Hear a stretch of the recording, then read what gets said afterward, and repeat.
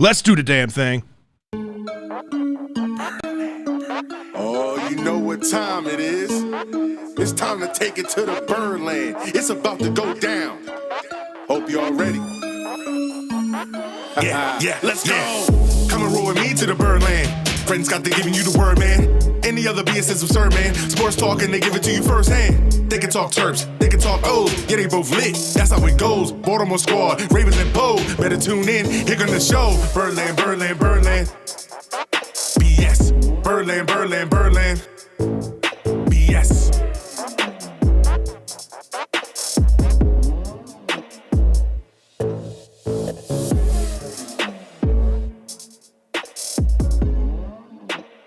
It's all about that BS, baby. What's up, BSers? What's up, peeps? Fred, Scott, Drew in the house tonight. The threesome, the trio. The new three-man crew at this point. Right, 3 Live crew. As James is underway with his studying of his new gig down in Atlanta. Yeah. Preparing for his big test. Birdland, keep your well wishes. He's got a test tomorrow, That's right. apparently. So An let's keep your exam. well wishes He's in there going to for him. ace that shit. He's got to, cough twice before he Because takes it's the it. first test. With the further down you those tests, I'm sure a little bit. James, good luck, buddy, man. We miss having you here. Good luck, man. Good luck. Keep the chair warm for you.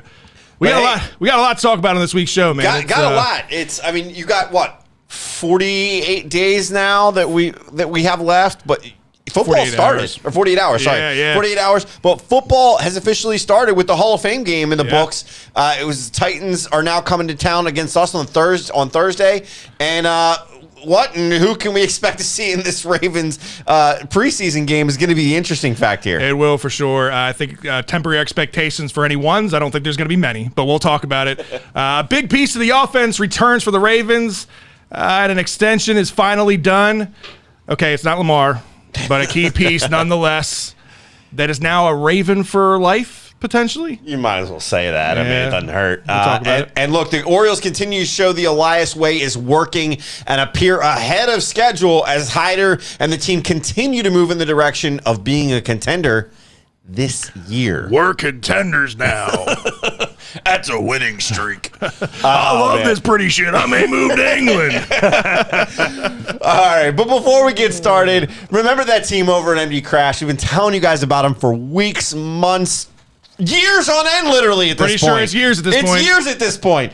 Again, they've expanded. They've got more lawyers. They're handling a much broader spectrum of cases. They still handle your accidents and injuries, the car accidents if you get rear-ended. Drew, did you ever get rear-ended? No, I backed into something. That you did. That you Backed did. into something. Dude, I'm not even going to touch that one with a 10-foot pole. You guys can take that how you will.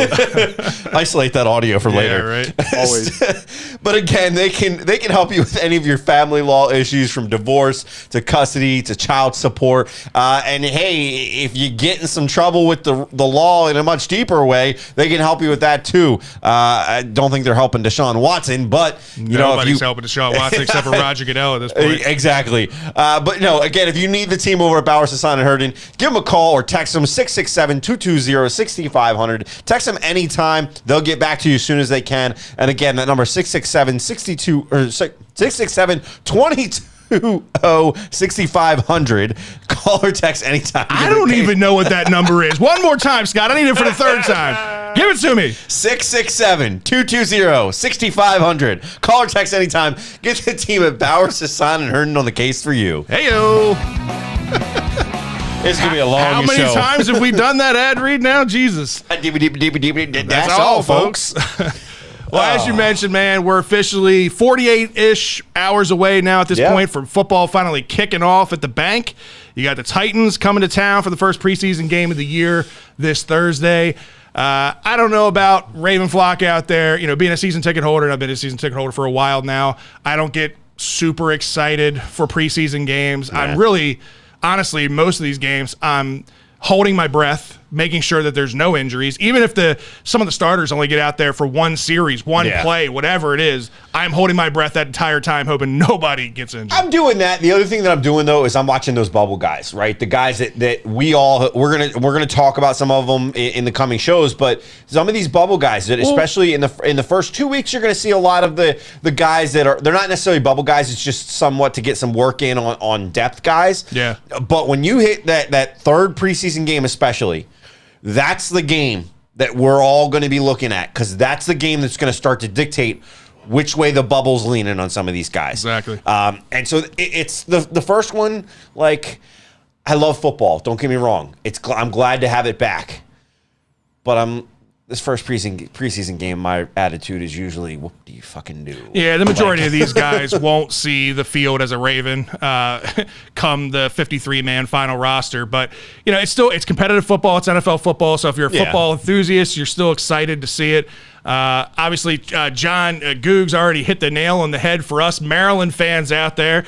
We got Chigakonkwo, Sam O, Chance Campbell coming to town with the Titans, which obviously they're all rookies, so they're all going to be, and some of these guys, Sam O and Chance Campbell, are those bubble guys, so they're going to be fighting for time. Does Locks and some of the staff and maybe some of the players show up to the game? I wouldn't be surprised, because right now you can get preseason tickets for like $5 or $10 a piece. Oh, yeah. So, and I'm sure, obviously they were there for preseason game one is probably like 50%.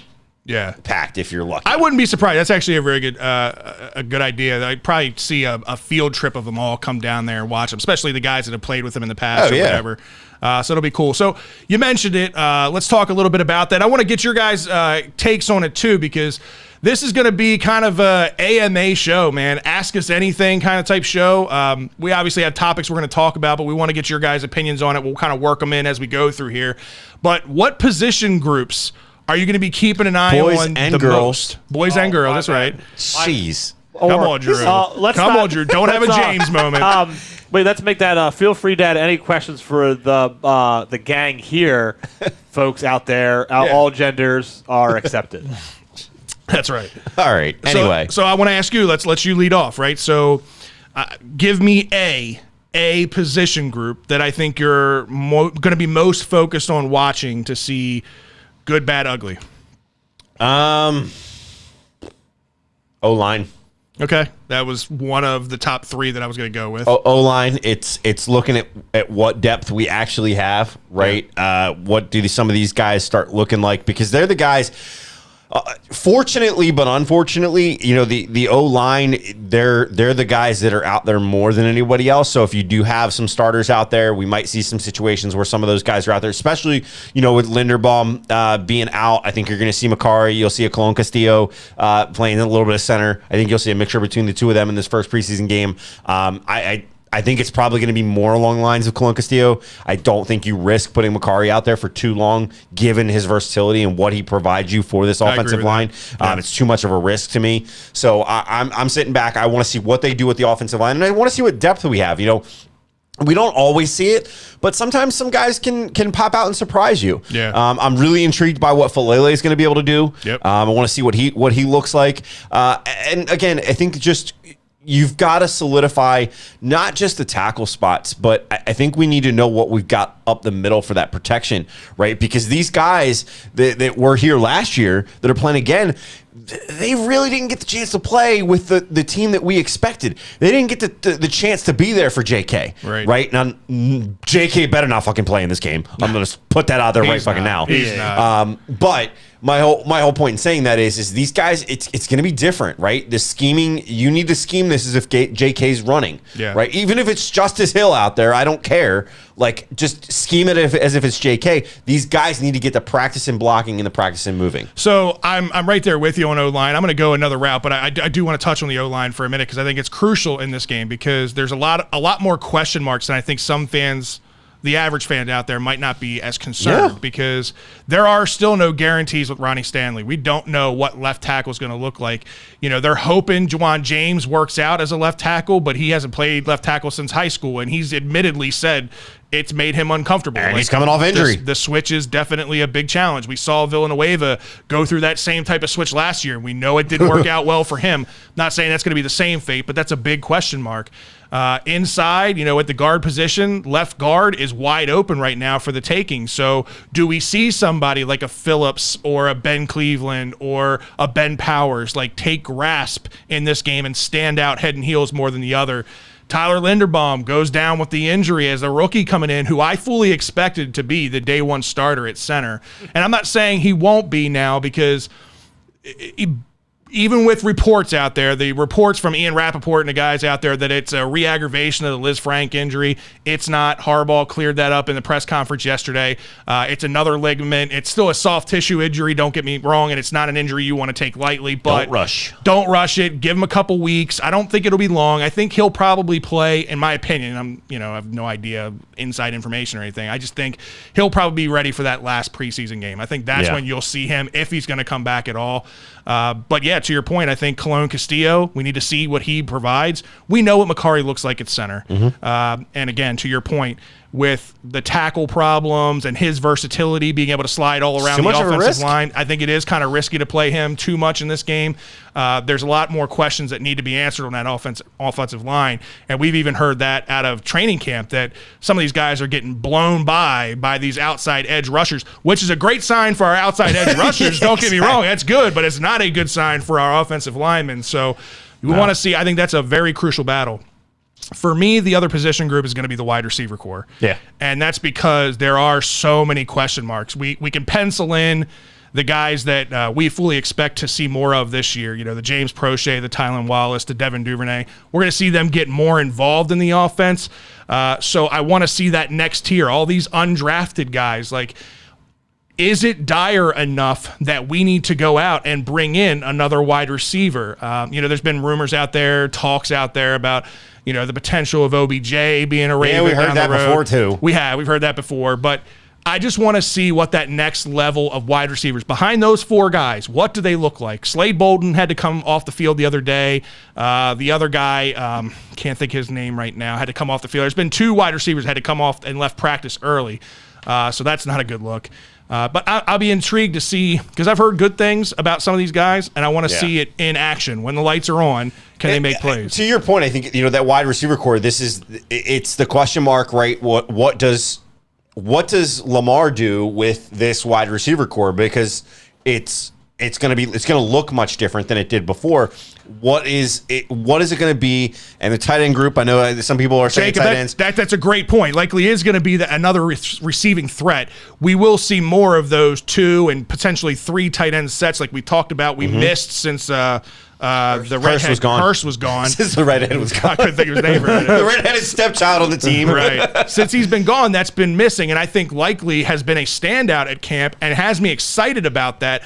But you can't get all of your receiving production from your tight ends. No. And I'll be honest with you, I think maybe we have underplayed a little bit the loss of Hollywood. And I'm not saying because Hollywood was this, crazy productive receiver and he never dropped the balls, because we all know his issues, right? He had a lot of drops in big situations, especially last year. There's a reason Drew was calling him the Riddler. Right. And I liked him. That was the funny part about all that. And obviously Bateman's going to make a big leap from year 1 to year 2, or at least we fully expect that to happen. But you still have to replace Bateman's production from year 1, and you also need a guy that can stretch the field. And I know Devin Duvernay's got speed. I know even Bateman's got some top end speed. It's not his forte. It's not his specialty. But Prochet does too. I mean, Prochet's more of the hands, route running, possession type receiver. But he's yards after the catch. But he has made some big plays through training camp, and he's made some cornerbacks look stupid in training camp, so that's a good sign. I feel like he always does, though. Yeah. Not a knock. It is good. Miles Boykin did it for years. When the season comes around, it gets different. It's more, it's real then. You know what I mean? Not even a knock on him. You're lower on the pecking order. That kind of goes against. So, Drew, what's the position group that you're looking at in this first season? Running backs. Okay. Well, obviously you have a personal investment in the entire running back core. We'll get to him. Yeah. Well, look, I already have Mike Davis on my team. That was. It wasn't. There's nothing I could do about that one. Yeah. No, but like we'll get to Dobbins later on, obviously. But like, like you said, he's not playing in this game, but he's gonna be ramping up for the season. So in general, it's still like that question mark of how many snaps. It's game one. There's no Gus. We already sounds like that. Right. But JK isn't walking in there with 20 carries in the first game, more than likely. Right. Yeah. You know what I mean? So you have to start thinking of looking at these other guys. I know Deep brought up Justice Hill. I think his time is just fleeting. Like, you were a lesser than for this group anyway, and then you tore your Achilles. Like, you're already going to be behind the 8 ball.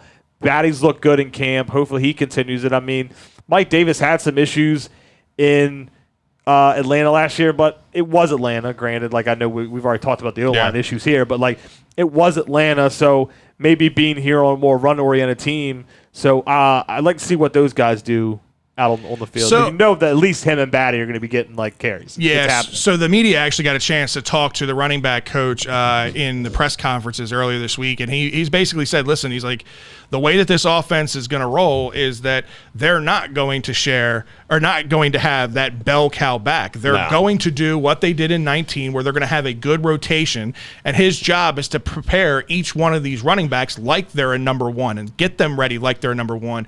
And I'll be honest, if you're just looking at this core, the little bit that I've seen, the small sample size that I've seen, even without JK in the picture, even without Gus in the picture, I think this group of guys that we've put together in the offseason is light years ahead of the group that we had last year with the guys that were great in 2009 but terrible in 2021.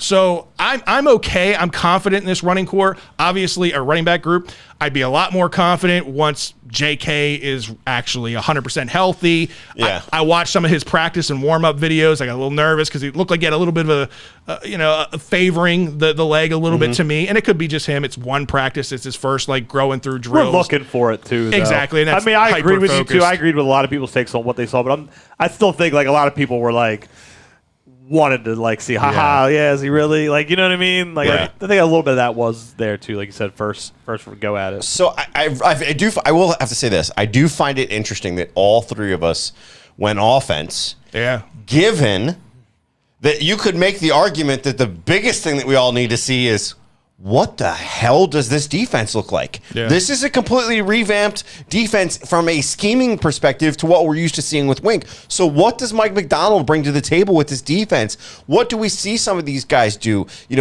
How does this linebacker core, how does Oweh adjust? Oweh had a pretty good year last year. Does he adjust and have an even better year, make that bigger leap? Is it even bigger because of Mike McDonald and his scheming? So a lot of big things going on here. And to me, that's the other thing that, if I'm putting priority, you said wide receiver, you said running back.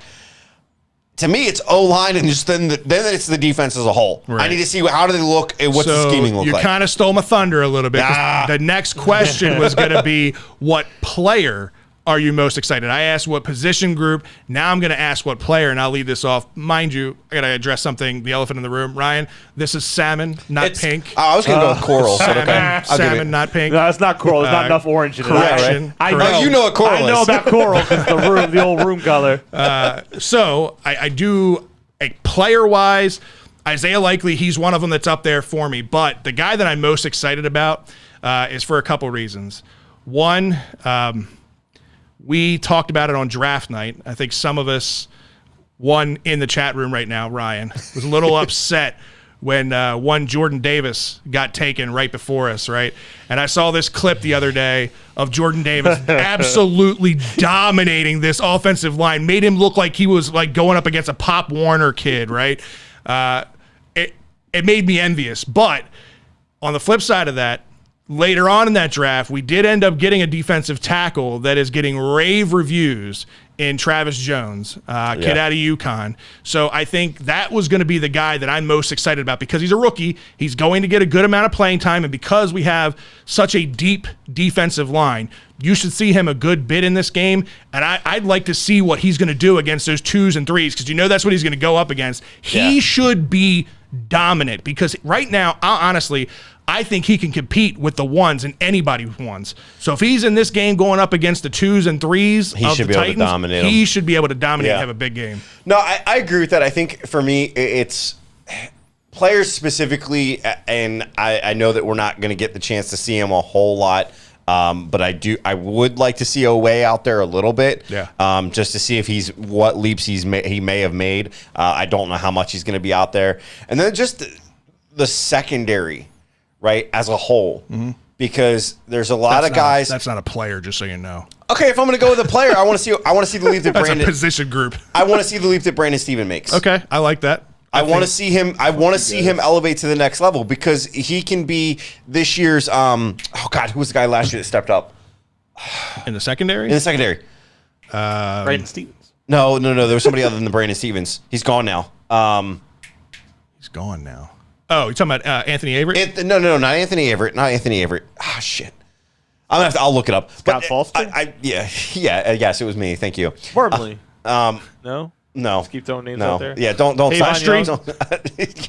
Anyway, John Harbaugh? I think it's going to be interesting. Steven specifically is a guy that I'm watching out for because he obviously was making towards the latter half of last year. He was making some leaps, and it was translating. So I really want to see them go through the progression and make that jump, and him show he can compete. Yeah. Right? Because we saw little flashes in the pan last year. I want to see it this year because that'll solidify us as far as depth goes. Drew, who's your one guy that you're watching? Well, it was Travis Jones and Brandon Stevens. You're welcome. So, Pepe Williams, I'll steal. Yeah, I'll steal. A little Okay, bit so from, you're staying in the secondary? Stay in the secondary because you just think about. I mean, it's what we say all the time. It's like with the injuries, so much that happened last year. You want to see and there's going to be a lot. I feel like even the coaching staff's going to know. Like there's going to be a lot more emphasis on the backup cornerbacks because you're got to have somebody you can't be sitting there and picking guys up off the street again. Like you have to have people that are ready and are ready to go. Put their feet in the fire. Let's go. You're in it. So. That's one of the guys. I think, in general, you guys didn't really steal my two guys. So I do have to broaden it out to the secondary in general because that's how it looks like we're going to build this squad anyway.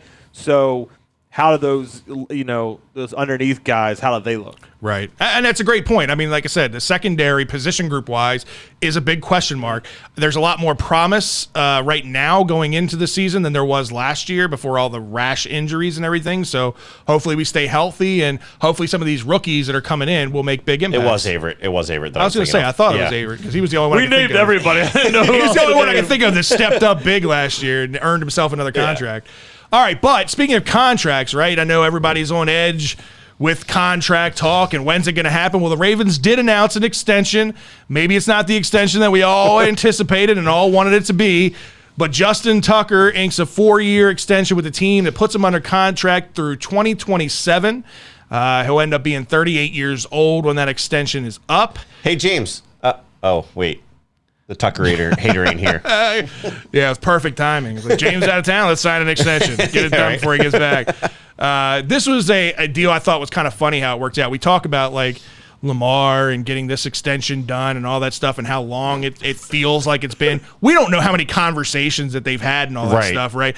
But Justin Tucker was very animated in the sense that he was just kind of joking around with John Harbaugh, hey, we should do this. And it should only take me 5 minutes. And he got it done in 5 minutes, right? So, I mean, it just goes to show that, obviously the Ravens value Justin Tucker very much as Tucker values being a Raven and being in Baltimore. But he's also worth the money. Oh, 100%. And that's what it came down to. It came down to Chris Boswell, the Steelers kicker, signed a deal that put him right on par with where Tucker's money sat at the time. I think it even took him literally one of those deals where $600 more, $1,000 more, and maybe that's the case.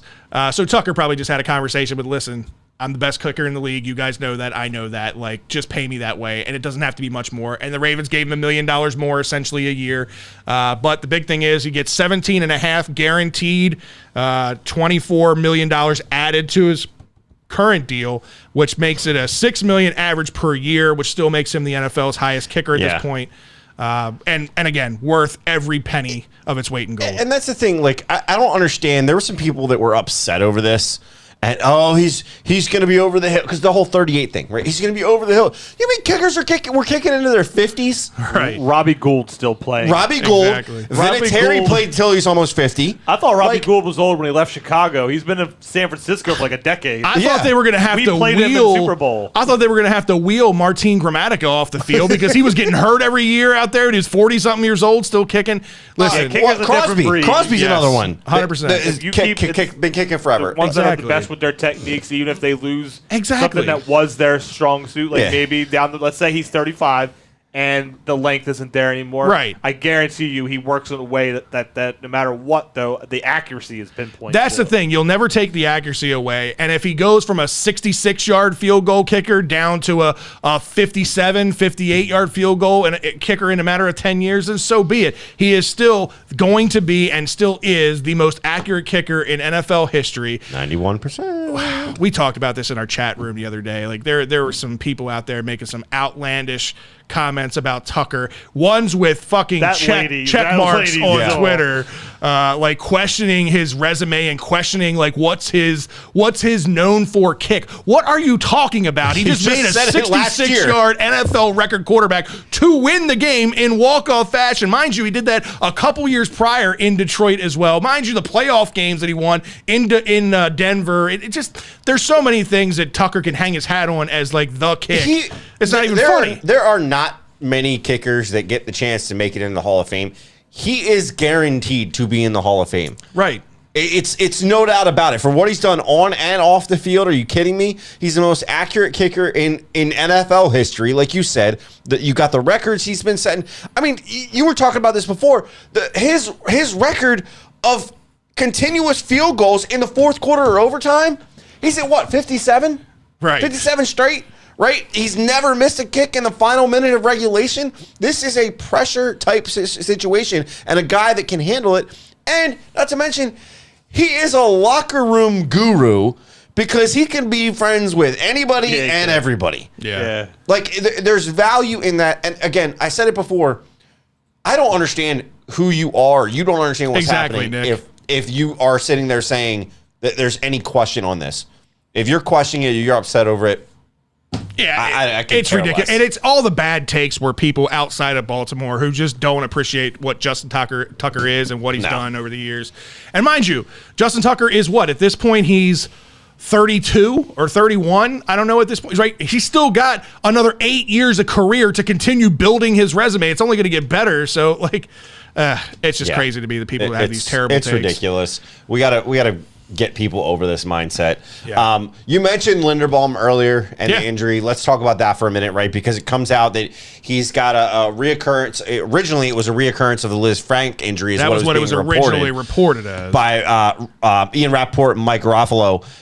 More tests were coming. They were saying, well, Harbaugh, as you said. Shut it down. He said, nope. No, it's just not true. This is the second time Ian Rappaport has made a comment about the Ravens. It's come back to bite him in the ass. Bit him in the ass. It was not true. He did the same thing with JK. So if I were Ian Rappaport, would I be questioning my source? I'd love to know who the source is. Yeah, I almost feel like it's comical at this point. Like the source is just feeding him false information to be funny. Like maybe some poor Ian fucked this guy over, and now he's like, I'm just gonna get back at you without you even realizing it. Like this is just gonna happen. I'd love to know who his source is because he went online or he went on the air. Shared it live, with what's his McAfee, and said like, no, I trust this source. This source is a very good source. Like, well, obviously you need to check him. I thought you were talking about this. I was thought you were talking about this because he was live on air when this came across. He doubled down on Dobbins. He was like, see, I told you when you hit the pup list. See, I told you, though I was right. Like without saying it that exact way. Right. Yeah. Well, again, it doesn't sound like it has anything to do with his previous injury.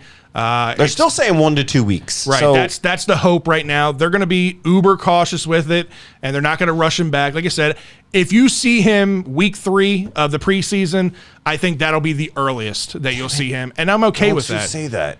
Why? We owe James $100 then. No. I said week 3 of the preseason. Oh, I if he said comes week 3 in, of the season. If he goes in week 3 of the preseason, there's still a chance. And listen, I don't know if you paid attention to the bet that I made with James, but I made sure in that bet, in the small fine print that I put there, we did say no bearing injury. Can't be injured. That's very bullshit. fine print in that contract that we have. Oh, man. But I'm not worried about it. I am, like I said, worried about the offensive line, and that's going to be a big point of emphasis of what I'm going to be watching in this. So it had game. nothing to do with this, right? But one of the things that I've been noticing since training camp really started, look, injuries are going to happen. It's bound to happen every year. It happens. It's a part of the sport. We just don't want to see them pile up like they did last year. Knock on wood, Nobody right? wants to see that. But the thing is I think it's interesting, right? The team made this switch with training camp. They used to do the training camps in the morning, and then they do the classes in the afternoon. Now they've switched. They're doing the classes. They're having the guys get there, doing the classes, kind of the prep work in the not the training rooms, but in the auditorium, right? Doing everything in there. And then they're doing the practices outside. I have heard one consistent thing out of every single interview that they've done. It's hot as fuck. Yes. Every single player is saying that. And it like conventional thinking, and this is why I wanted to bring this up, because conventional thinking would be like, it's really not that smart. No. I honestly, I thought the exact, I didn't even know you were going to bring this up, because I thought the exact same thing when I saw that they were practicing midday. I'm like, if they're being more conscious of like injuries and things happening, I don't know if any of you out there have stepped out in Baltimore in the last, I don't know, week and a half, 3 weeks. It's been hot. We went and played golf this weekend. Jesus Christ. Golly, the first we were done at 1 o'clock, 1:30. I was good until about hole 15, and I was just like, is this over with? I was good for the first 4 or 5 holes. After that, the heat just started getting really, really bad. So I can imagine what these guys are going through, because obviously the hotter it is, they're sweating, the more potential for, heat exhaustion, the more potential for muscle pulls and, dehydration, things like that. I understand they probably have staff that are monitoring that stuff and making sure that they're hydrating and all that stuff. I get that. But it goes against conventional thinking. The whole purpose of this was to minimize risk. And I feel like the more minimal risk would be in the cooler temperatures of the morning hours to do your practicing in. So I went through all of this, like same thing that you're thinking. Yeah. I tried to dig a little bit deeper in my head. Tell me what you think about this side of things, That's right? fine. So 2 parts. Number 1, do we play games in the morning? Nope. No, we'll play them at 1 o'clock. You're right. Right. So recovery, you get the recovery cycle going better. Yeah. It's more consistent through the season. Okay. Number 1. Number 2, what are you less likely to do when it's hotter out? Overexert. You feel it faster, right? Okay. Some of these guys in last year, being a prime example, it's comfortable in the morning, a little more comfortable, wasn't nearly this hot for sure. Might press it a little bit more. You're not going to press it as much when there's a little bit more heat to it, because you want to be cool. You're not going to experience this in the season. It's not going to happen. Like maybe the first game or 2, you might get some warmth, or if you decided to go out to LA in the first few games, fine. But it's not going to be something that's going to be something that you're going to experience regularly. So this is why I brought this up, because my head went through that whole cycle, and then I started thinking about it, and I was like, okay, what did they talk about? They talked about recovery. Yeah. They talked about timing. It's easier to tell if somebody's dehydrated when it's hot out than it is if it's just 70 and they're overexerting themselves. It's easier to see somebody overexerting themselves when it's hot. Just to address the overexertion thing for a second. Go ahead. No, that's why I bring it up. This just went through my head. That's fine, and I agree with your take, especially the 1 o'clock thing. Yeah, they play at 1 o'clock, but they also play at 1 o'clock in September, not in August. Things change as it gets a little bit cold, 100%. throughout the year. The other part of it is to the overexertion thing. I agree with you with starters, because most of starters feel secure enough that they don't need to exert themselves, and they'll feel that. But like the guys that are bubble guys, the guys that are trying to work their way up the depth chart, they're going to overexert themselves regardless of time of day, because they're trying to fight for that position. You still feel that way after last year? What do you mean? How many starters got hurt last year? No. I agree with that. I'm saying that you're right in the sense that I think the starters would back off a little bit because of that. You're right. I just still think though those bubble guys and those young guys that are trying to move up the depth chart are going to do whatever they can do to impress coaches, because you're talking their livelihood on the line. Well, if you can impress during the heat, what can you do when it's cold? No, I get that. I understand it's a challenge, but we're talking about minimizing risk, and I just think I get risk, what you're saying. You know, Again, this is why I happen to think about it, because I started listening and watching all the interviews, right? We've all been watching, we've all seen them, and I just kept hearing the same thing, and it got me thinking, okay, they're doing these things, and it when you think of it for face value, completely against conventional thinking. Right, you think about the kids in the high schools, right, of being out there in the summertime in the South in the heat, and you hear this kid passed it out, that kid passed it out, this kid was rushed to the hospital for so you hear about all that, but we're not hearing that. Yeah. So something's working. Yeah. You're either monitoring better. Oh, of course. They are monitoring. It's a combination of things. For sure. But now think it's now they've got hoses out on the practice field and they're squirting each other down. Hey, with the ball drill. Yeah, I saw that. That was really cool. Lamar's out there like, get off my lawn, spraying his nose around. It was pretty funny. But it's just one of those things that I would prefer, if I'm a player, I would prefer to I prefer an early tee time when I'm golfing, because I'd rather get out there when it's a little cooler before the dead heat of the midday. I would think that I would prefer to practice in the morning. And I don't bench 250 pounds on the regular. No, we don't. That's true. I'm not saying I'm in the same kind of shape, but I would just prefer that regardless. No, I get what you're saying. Like I said, I just thought it was an interesting topic. Drew, any thoughts on this? And you want to chime in at all on this? I mean, with them making a change to the conditioning staff and everything and all that as it is, I have to feel like they've at least put some kind of research, and they're not just like, I want you to see you in the elements. Go out there. No. You know what I mean? Especially since you've pretty much had Harbaugh come out and say, look, you ain't going to get much of these starters in the first game. Right. As it is, I'd like to give them – I did at first. I'm like, what the hell are you guys doing? It just sounds like it doesn't make sense. But then I gave them the benefit of the doubt, because I feel like, all right, they put some research into this. Some of the interviews, though, and maybe it might be the crazier guys and I know Pat Ricard was definitely one of them. Some of them like it, apparently. Yeah. But they might be the kind of guy like him that are just they wanted to be insane. That they wanted to be turned up to 11 at all times. So. Exactly. Hey, I saw you got some pinned messages in there, man. Any good questions or comments? I think I put a few on, and let's bring them up. A couple of things did come up about Roquan Smith. Yeah, what so are your let's guys' talk about thoughts that. on bringing him in for the linebacker spot? I put a tweet out earlier. As soon as I heard Roquan Smith, because you knew it was going to come out, requested a trade, I was like, oh God, here we go. Social media, everybody's going to want Ravens to make a move and trade and everything. And listen, Roquan Smith is one of the best inside linebackers in the game still at this point. There's no question about it. Yeah, he's 25. It's literally he played 3 or 4 years. Exactly. He's one of the best. I'd say he's probably top 5 in the game. Adding a guy like that would be fantastic. It would be great. But with what cap room, with what money, because again, yes, the Ravens did create a little bit of cap room, but that's an emergency fund, right? To go into the season having some funds if they got to fill a roster spot, whatever. And I'm not saying inside linebacker isn't a need, because I think it is a need. It definitely could use some upgrading, but I think there's bigger needs. Some of the positions that we've already talked about, even if Ronnie Stanley isn't available, finding another tackle is going to be more crucial than I think a lot of people are giving credit for. David Sharp's probably going to play a much bigger role than we ever really thought.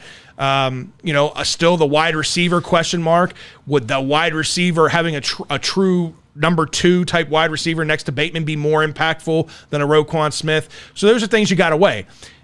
No doubt is he a big upgrade over a Patrick Queen, over a Malik Harrison, over any of the inside linebackers, Josh Bynes, 100%. But again, he's 25 years old. He's going to be coming up on his new deal, because that's part of the reason that he wants out of Chicago, is that he wants more money from them. Yeah. They've had discussions, and apparently the Bears haven't offered him anywhere near the value that he believes that he's worth. So not just this year, but long term, can you even afford to have a Roquan Smith in the plans? And that's the thing, right? I mean, he's got a 4-year, $18 million deal. $9 million of it's due this year as cap hit. Right. Right. So that's his rookie deal. Right. But what are you giving up right, in order to get him. Plus, you got to do the salary restructures and get rid of it. And like, it just doesn't. It doesn't make sense. To your point, I think there is bigger needs. Yes, would he be a huge upgrade? 100%. Don't disagree with that. What's up, William? But we can't. We need to be realistic about what we can do and what we can't do. Now, if there's a trade that happens and it frees up a lot of space or something like that, that's one thing. But I just don't see it happening because if you're freeing up, if you're getting a trade out going and you're letting somebody else that's high value go that frees up space, what does that do to you? Right? You're robbing Peter to pay Paul at that point, and it's. Am I getting Paul McCartney or am I getting Paul from down the street? Listen, like it's we can all dream Paul about. Down the street's a pretty good guy. We can all dream about having a full all-pro roster and having all pros at every position, but that's just not realistic in a salary cap era. Like it's just not realistic. And right now, personally, it's like I said to somebody else on Twitter. 100% of the front office focus right now, in my opinion, needs to be on getting that deal with Lamar done. That needs to be your focus. And until that deal is done, I don't think that the Ravens should be working on anything else. Like, figure it out, get that deal done, and then once you've got that in and you know what that's going to look like for the next couple of years, then you figure out what your counter remove is, what other pieces you want to add. Here's what I tell you: they got 3 weeks to figure this out. Yeah, they got 3 weeks because But we don't even know what Lamar's cutoff date is. Lamar said there's a cutoff date that could be tomorrow. We don't know what that is. He also said it was it would be before the season, right? So that's why I said 3 weeks because I think his cutoff is if we don't have a deal done by preseason, game 4. Like, it's not going to happen, and I'm not going to change my focus because I'm going to need to be laser focused on what's in front of me, which 100% respect for that, right? If you're saying I don't want to be, I've got the middleman out, so I'm handling this myself, I'm not going to be distracted. What Lamar is doing and the way he's handling this has created such another level of respect from me to him. I respect him so much in the sense that, he's still able, even if if he's frustrated with where contract talks stand, you would never see that. You would never know that in the way that he talks to the media, the way that he goes out there in practices. You just don't see that with him. So the fact that he's doing all that on his own and still being able to compartmentalize that and keep it separate from what he's doing on the field is super impressive to me. And go ahead, Drew. Let Drew talk. Okay. So, playing devil's advocate. Pulling a James. Pulling a James. You sound like you're pulling a me. Well, you're in that seat, so it fits. I'm channeling my inner Scott with the James. I have James as a little devil on my shoulder or something right now. So I hear you, but at what part is that kind of an agent thing? Because that's what happens a lot with players around the league. When you have a Kyler Murray doing going any route he goes or stuff like that.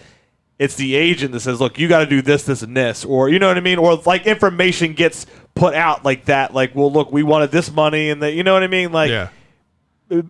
Which is a good thing, too. I'm just saying, throwing spitball.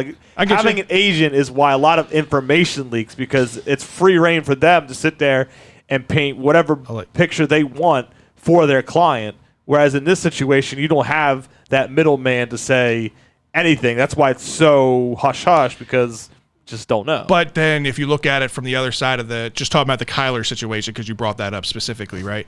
You think of all him having representation and him being guided on what the right way is to handle this thing, and think of all the immaturity things that came out from whether it was his agent, whether it was him, whoever was guiding him to do the social media shit, to put out that absolutely ridiculous letter that he put out.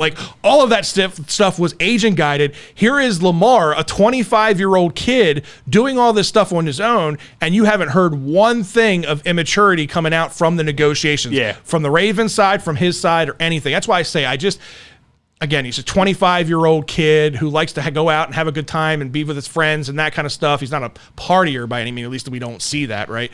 But to be able to just compartmentalize that and separate it and still come and be the leader that he's been, because that's another thing that he's been vocal about too, is taking that next step in leadership and being a mentor and being the guiding force and the main voice in the locker room, in the huddle, that kind of stuff. Wasn't something that it was a point of emphasis for him the first couple years, but he's doing that this year despite all of that. I think it's really impressive. And here's the thing, right?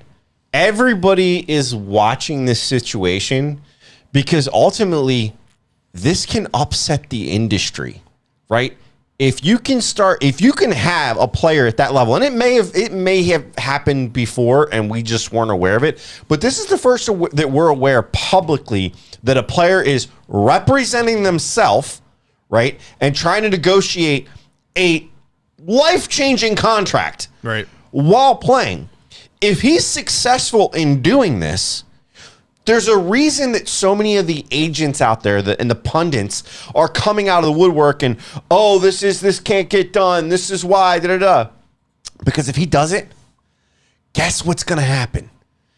You're going to have other guys out there going, if a quarterback can do it, why can't I? Yep. Why don't I cut out that 10% middleman? Yeah. Right? Because here's the There deal. have been other guys that have done it, just nobody with the name of Not Lamar at this Jackson. level. That's what Right. I'm saying. There may have. This is the first one that we've heard publicly and at this level, and that's going to be the Richard thing. Sherman did all his, I'm pretty sure, too. Who's I thought the he had guy? an agent at one point. Maybe at one point. Who's but I'm the pretty guy sure who was gonna? We thought he was gonna come here and he signed with the Rams, defensive player. the linebacker. Yeah, I don't know. I'm drawing a blank on his my name, God. but he didn't have an Yes. agent either, and he negotiated Jesus. everything. I Slipped know. my mind, too. I hate bringing it up because I couldn't think of the name either. But you get the point. it's though, rare right? Like, though. It's rare. It's Yeah. rare, and it's going to upset the industry, especially if you have a franchise style quarterback doing this. It's one of those things. 100%. Come that you on, want. I had to. I Nick had to. Short, come on, I get the had hell to. out I of haven't here. seen it in quite some time. He's doing stupid dances now. He's Nick. rapping at Lollapalooza Golly. and shit. Oh man, no, but yeah, it's going to be interesting to see what comes out of it. See if they can get that deal done. So Dan's asking about OBJ. Brockers. Oh, William Brock- hit us up with No, Brockers. not Brockers. Are you talking about, that was the guy, okay, I thought you were talking about the linebacker, not Brockers. Brockers was the defensive lineman that was about to come with us. Yeah, Brockers, and then reneged and went back to the Rams. And he did it all on his own. So is the linebacker that just was going, well, it was between the Rams and the Ravens and the free agency this year. Oh, okay. Yeah, he's thinking Brockers is from a couple years ago. Okay. Whoever we're thinking of, I can't. God, what the hell's his name? I'll look it up. It'll come. Googs will probably get it. Yeah, He's good with that stuff. But so who was it again? Dan, I think, that brought it up. Wanted us to talk about OBJ. I kind of glazed over it a little bit earlier, Yeah. right? So, all right. So OBJ and everything that is OBJ. Last year, he still proved that he's a talented football player. He got out of that toxic scene in Cleveland, and he proved that he's still a very talented football player. There's things that you have to consider when bringing in an OBJ, though, right? So he showed that last year he can be a team player on a winning team, on a team that's contending, on a team that's going for a championship, and he can be second or third place on receptions and not be a problem if they're winning, right? The issue with OBJ becomes, hey, if we're losing and I'm still not getting the ball, now it's a double whammy. Not only are we not winning, but now I'm not involved in the offense enough. Then it becomes a distraction. There's a lot of things about OBJ in that sense that I don't know it would be the right fit in the Ravens locker room. I love Right. OBJ as the player, man, and I still think even after this injury that he can come back and still be a very key piece. But the problem is, he won't be healthy until probably 5 or 6 weeks into the season. So if you're bringing him in, he's got to learn an offense, which is, like we've talked about before, and Des Bryant figured it out too. Like it's a Bible as far as a playbook goes, and it's a lot to ask somebody to come in week 5 or week 6 and learn it and be a very impactful Everybody's player. saying Bobby Wagner. Bobby Wagner, that's it. Yeah. That's the player I was thinking of. Thank you, chat room. Appreciate Yeah. it. So, yeah, no, it's going to be interesting to see what happens with all that. The last thing we did need to talk about, since we were talking about Ian Rappaport and we brought it up, the whole JK officially coming off the We pup talked about list. You know, I think the thing with this is what was the change, right? Because is this I already told you my opinion. you think it's them? It's JK. That's the change. JK has a little bit of a grudge, has a little bit of a bad taste in his mouth of the Ravens, and I think he pushed his cards, and he kept pushing to get cleared and be ready to practice. And it all came down to the Ravens were like, all right, we're trying to play this slowly and give you as much time to heal as possible, so that way you're ready week 1 and that we know you're 100% going into the year. Obviously, his injury kind of happened first in all the rash of ACL injuries, right? So timetable-wise, he would have been the first one to come back anyway, right? But the Ravens were like, okay, you've pushed the envelope far enough, and we hear you loud and clear, because he was in Harbaugh's ear every day about wanting to practice and wanting to be out there. that I think Harbaugh was like, fine, if the doctors clear you, we will allow you to practice. But just know it's not going to be 100% when you first come back. We are going to take it slow, day by day, and ramp things up, and it's going to be methodical. And that's what you're seeing so far, the first day or two into practice with JK. But I think that was the difference. It was JK being as vocal as he was. So I'll be honest with you. I think some of these guys that get hurt kind of milk it a little bit. Like, that don't have the urgency to get back. They'll just say, hey, whenever you're ready to have me back, paid either way. I'll get paid either way. I'll come back whenever, especially in the fucking dead heat of training camp. Like, nobody wants to be out there. JK is one of those guys you were just talking about that's like the Pat Ricards, that's just built different, right? He wants to be out there. He wants to be involved. And he knows that a running back life in the NFL is short already. So every second on the field is a second he can't prove himself, or a second he can't take himself to the next level. 4-year deal, a 4-year rookie deal, and he's already missed a quarter of that due to an injury. He split. He really didn't even get to really show what he had in the rookie season. Exactly. And he knows that's even going to be the case in this offense, just because the cards are already stacked up against it because of the way this offense is designed. It's not designed to just feature JK. It's designed to feature an entire backfield, right? So he knows his cards are kind of forced right now in the sense that every minute that he gets on the field, an opportunity he gets on the field, he needs to maximize to prove his value and to maximize his financial potential in the future, whether that's with the Ravens or whether that's with somebody else. He needs to be able to prove that. So he wants to get on the field ASAP. And kudos to him for being that aggressive and getting it done, and the Ravens approved it. Yeah. I'm back and forth on it, right? When he went on the PUP list, right, it's a protection thing. He was saying from the get-go he wasn't going to miss preseason. He wasn't going to miss game 1. Yeah. He wasn't wrong. Right. And I think the Ravens have their reasons, whatever it may have been, to put him on the PUP list. Maybe it was, hey, we want you to lose another, like, we don't know. And that's the thing, right? It absolutely could be the pressure. But think about this. It could be, hey, we just want you to gain a pound more muscle. We want you to lose a pound here. Right, we want to make sure you can do 26 reps instead of 25 on the leg press. Right, like, we don't know, and that's the hard part. That's the thing that we're not privy to. We're never going to know unless somebody leaks it out. But it got me thinking, and this is a little conspiracy theory, right, coming out. Yeah. Could some of these moves? Think about how the Ravens play things so close to the vest. Mm-hmm. Put out little bits of information that, like, make you think one way, then they go another. They're very strategic. They're very strategic in what they do. Could the JK thing have been a portion of them finding a mole? Right? If you think you've got a mole in the castle, what's the easiest way to do it? Put out a big story, figure out where it gets. Maybe. I mean, maybe. There's so many conspiracy theories you could probably draw from this or whatever. Right. But my whole point is everybody that thinks they know, even to your point, and I think you would agree with this, right?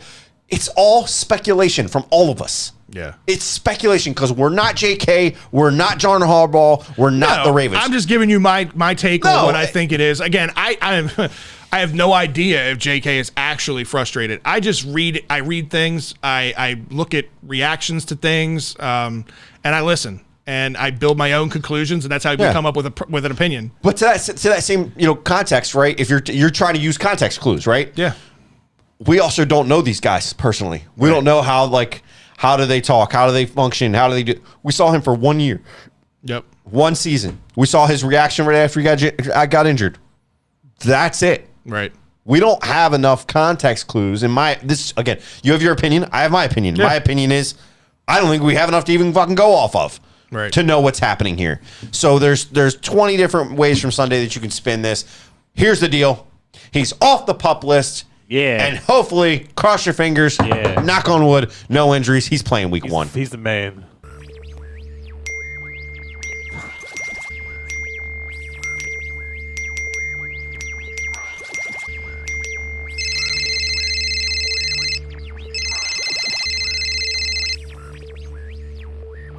All right, Drew, it's time for a social media shout out. Who's been in the chat room? Who's chatting it up?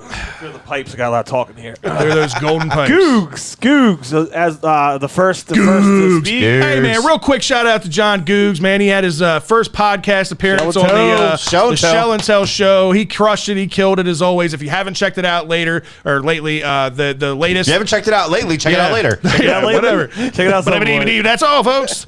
The latest episode of Shell and Tell Pod is out now. Yours truly took the week off, so you'll get Ryan, you'll get Ahmed, and you get John Googs at his first episode. He did a really Very good job. Very cool, man. Good job, Googs. We love you, buddy. Yes, sir. Who else is out there? Nick Short, of course with the AB. I think OBJ might be his new best friend now.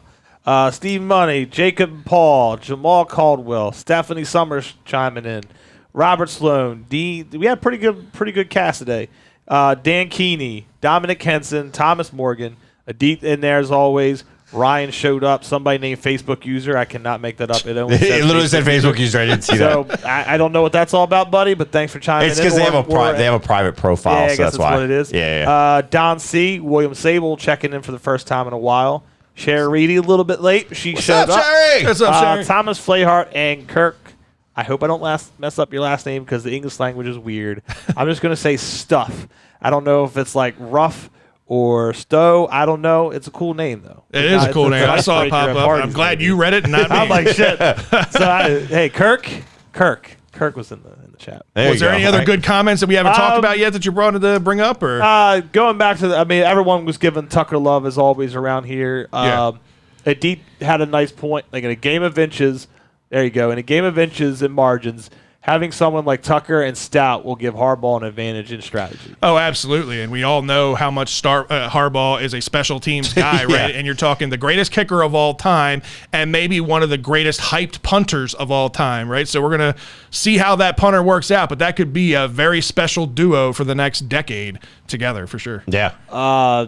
Don C brings up the fact that Kareem Hunt wants out of Cleveland, not about him coming here or anything, just the added drama in Cleveland to go with, the Baker Mayfield stuff that fed into the Deshaun Watson stuff, and now there are players on this team that apparently does anybody actually want to be in Cleveland? I don't think anybody wants to be in Cleveland. Did you see that Cleveland started splitting this week?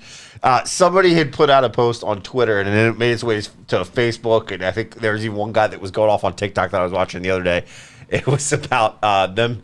They were going to sign Colin Kaepernick to a 1-year deal, and everybody was just like, "Are you kidding me? Are you kidding me? Nobody else has wanted to pick up this guy, and you have this whole situation with Watson. You still haven't figured out what you're going to do with what's his face, the backup now."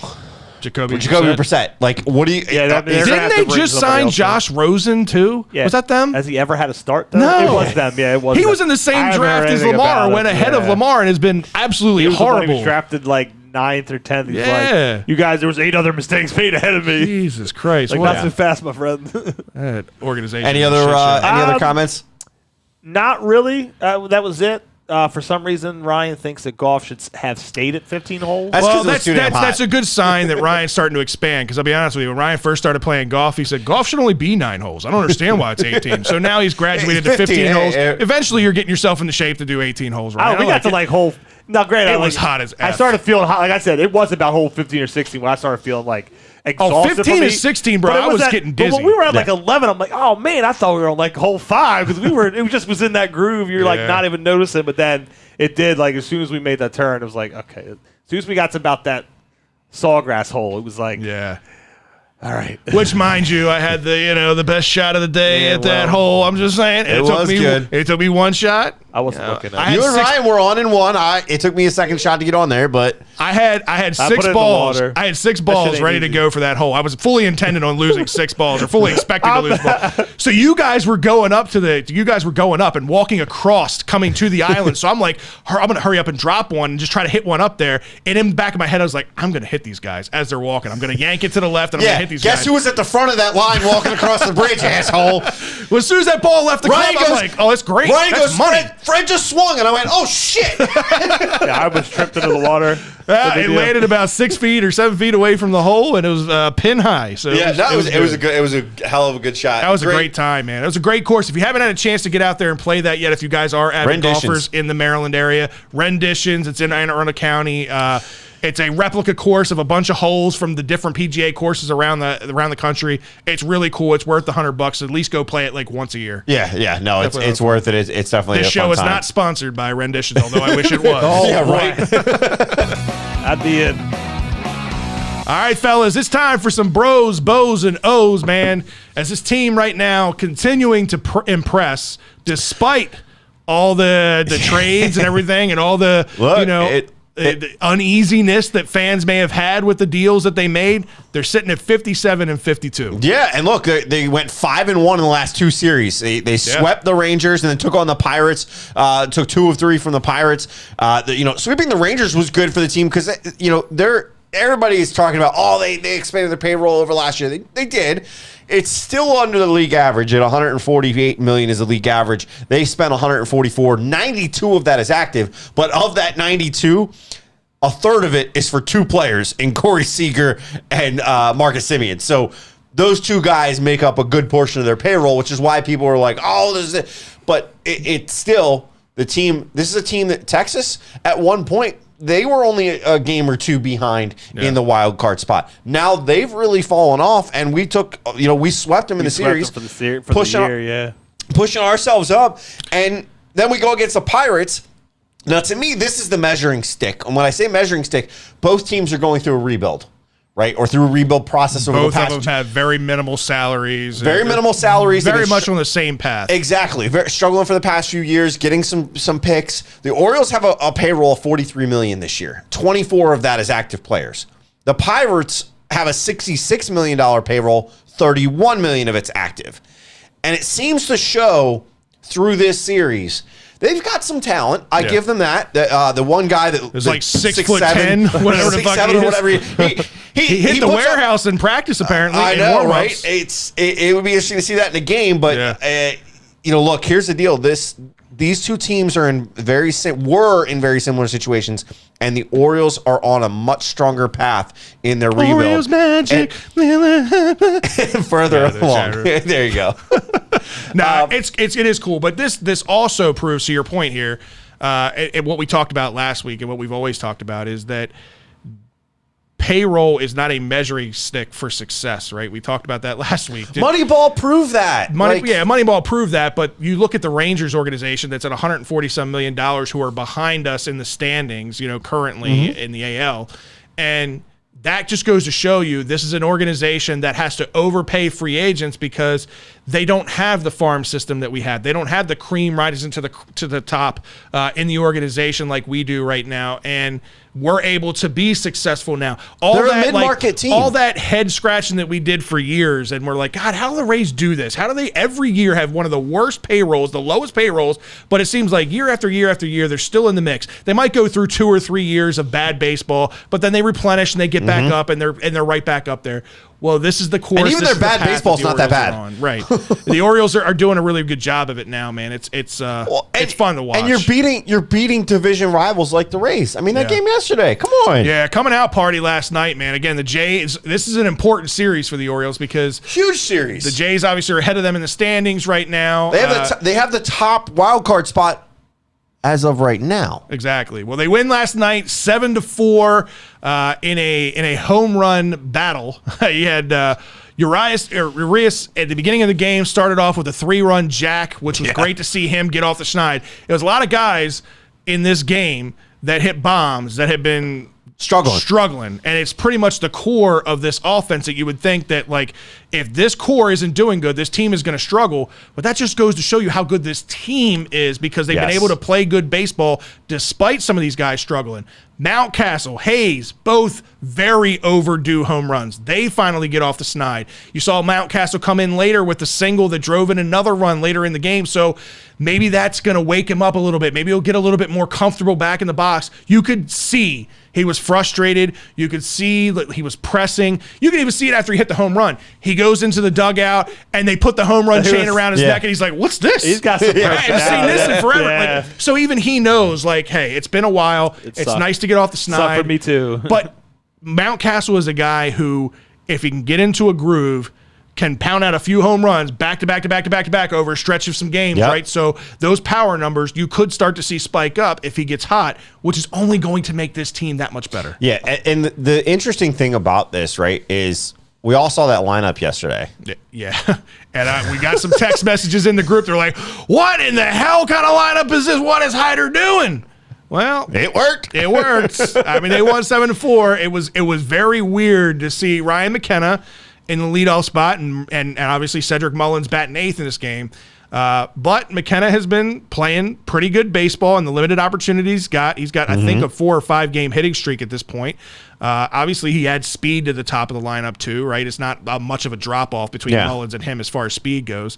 And you know, Mullins has been pretty consistent. I don't say he's been hot. I wouldn't say he's been bad, but he's been pretty consistent over the last month of baseball. I decided to look into it. I'm not going to try to get the numbers because I can't memorize it, but I decided to look back after the whole lineup came up and he was dropped down in the order that far. I'm like, is he struggling? Because I'm like, I thought he's been pretty decent. I went and looked, and it's like the last 7 days or 7 games, whatever I looked up, it was like a 350 average. You know what I mean? Yeah. Like on base was high, like OBP was like everything was good. I'm like, okay, well, then, you know, it came the whole, like, the splits with the lefties thing, which, you know what I mean? It is what it is. It's real. That's what they're trying to play. That's how they do with the analytics and stuff. But it was just, I decided to look like, is he really struggling? Because, like, really, yeah, you might have his ups and downs, like, still. There are still some at-bats. You're like, what were you doing in that at-bat? But then he follows it up with a couple hits. So you're giving him the benefit of the doubt. But, like, he's been pretty good, back to at least close to what we're expecting of him. And, God, what he can do in the field.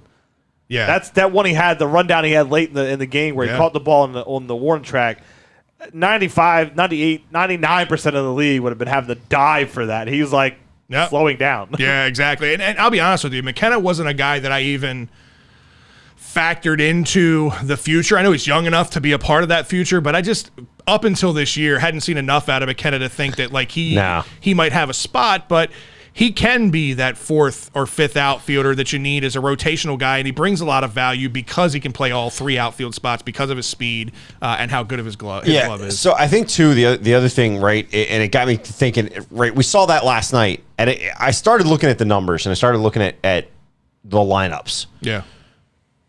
The Orioles this year, their 2 most common lineups have only been used for 7 games each out of 109 games. Wow. That's crazy. That is crazy. So, it feels like it's the same lineup all the time, but I think you got to forget there's a little bit of variation. You forget times when you had like Chris Owings and shit out there, though, too. Right. Like, You're talking we're using the same. Now, there's variations because you're going to go left-handed versus right-handers, right?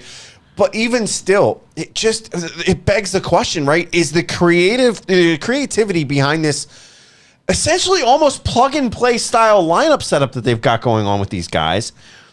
Is that maybe part of the reason these guys are able to do this, right? You can't get consistent about seeing a guy in a certain spot in the lineup if he's being moved around, right? You're allowing Mullins.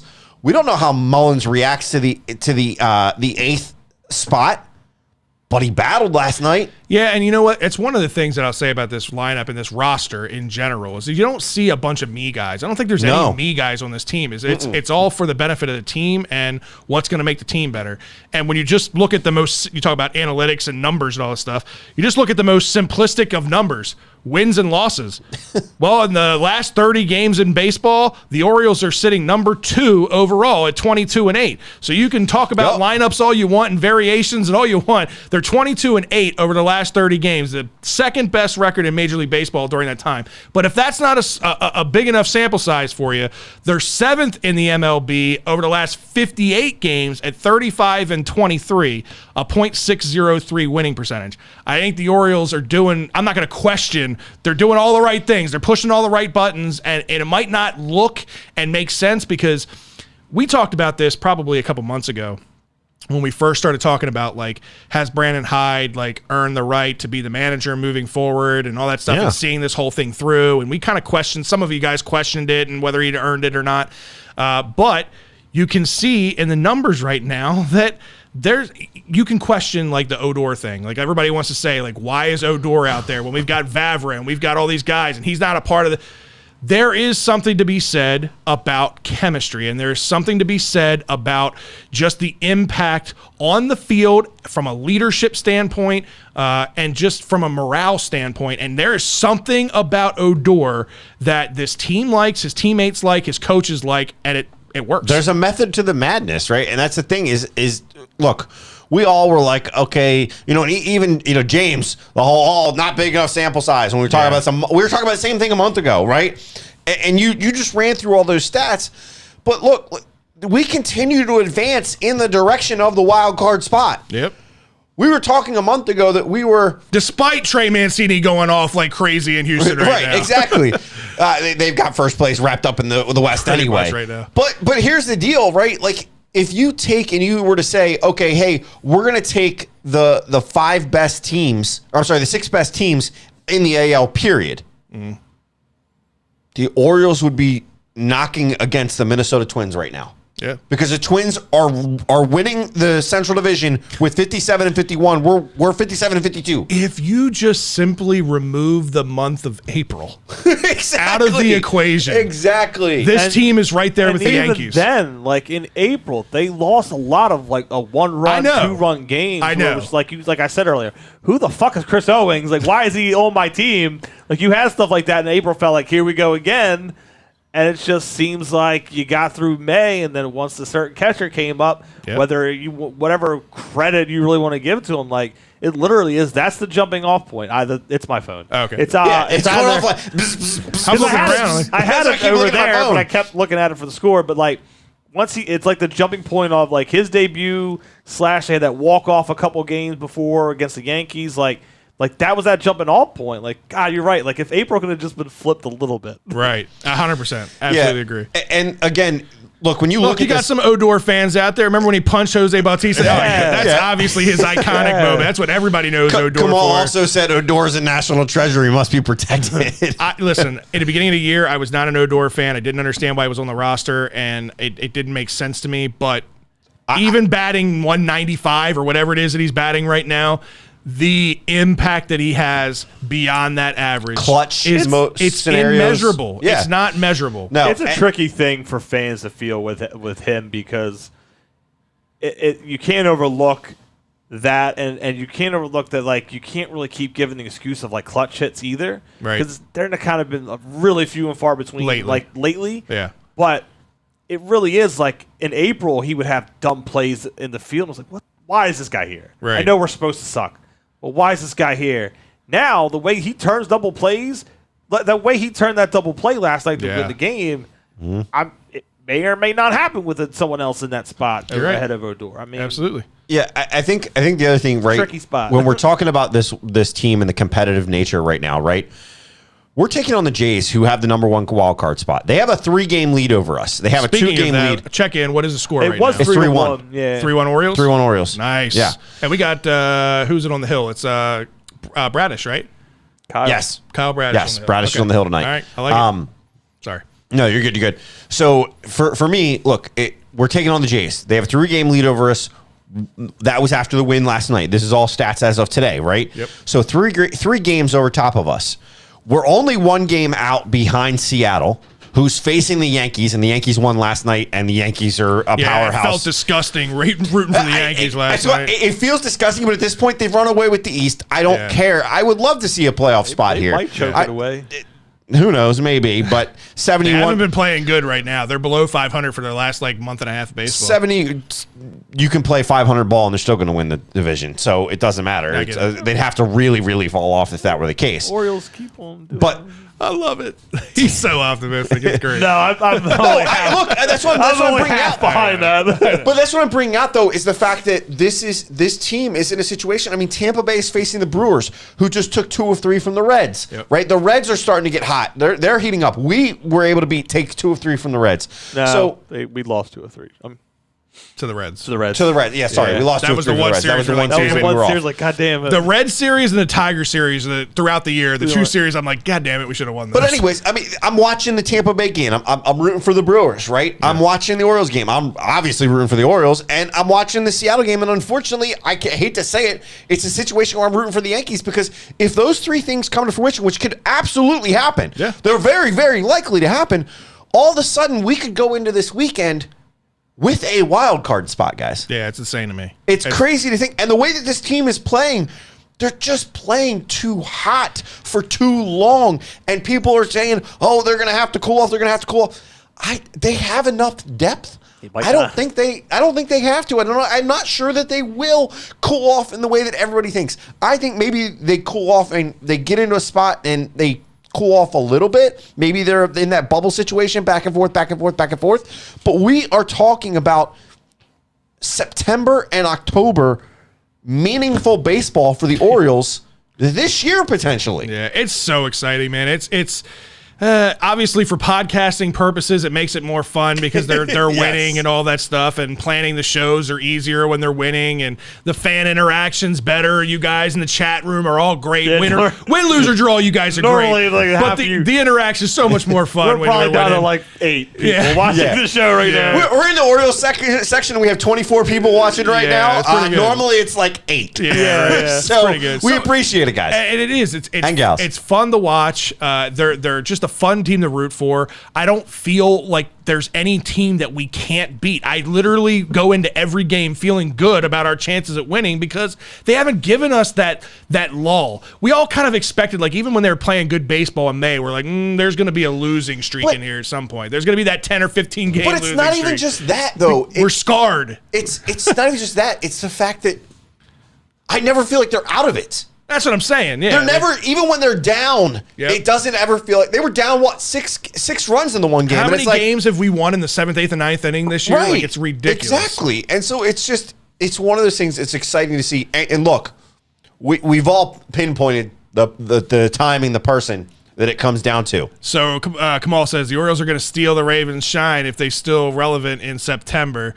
So this goes back to what I was saying weeks ago when somebody had asked a question like, are we It's a baseball town or are we a football town? No, we're not a baseball town. No, we're not a football town. We are, unfortunately, a what have you done for me lately fan base. And that's just the way we are as fans. When the Ravens are good, which is more often than not, the Ravens are the fun topic around town and the fun thing that everybody wants to go and watch.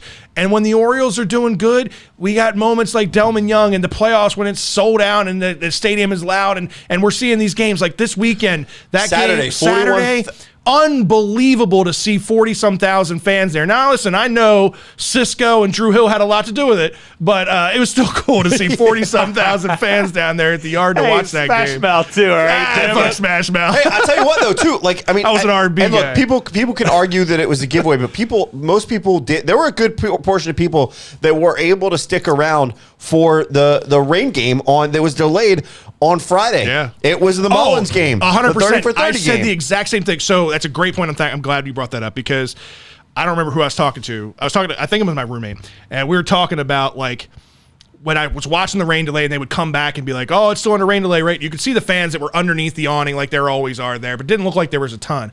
But then when the game actually came back alive, I'm like, holy shit, there's a lot of fans there. And I'm like, usually any other year, there's a lot of fans for the bobbleheads.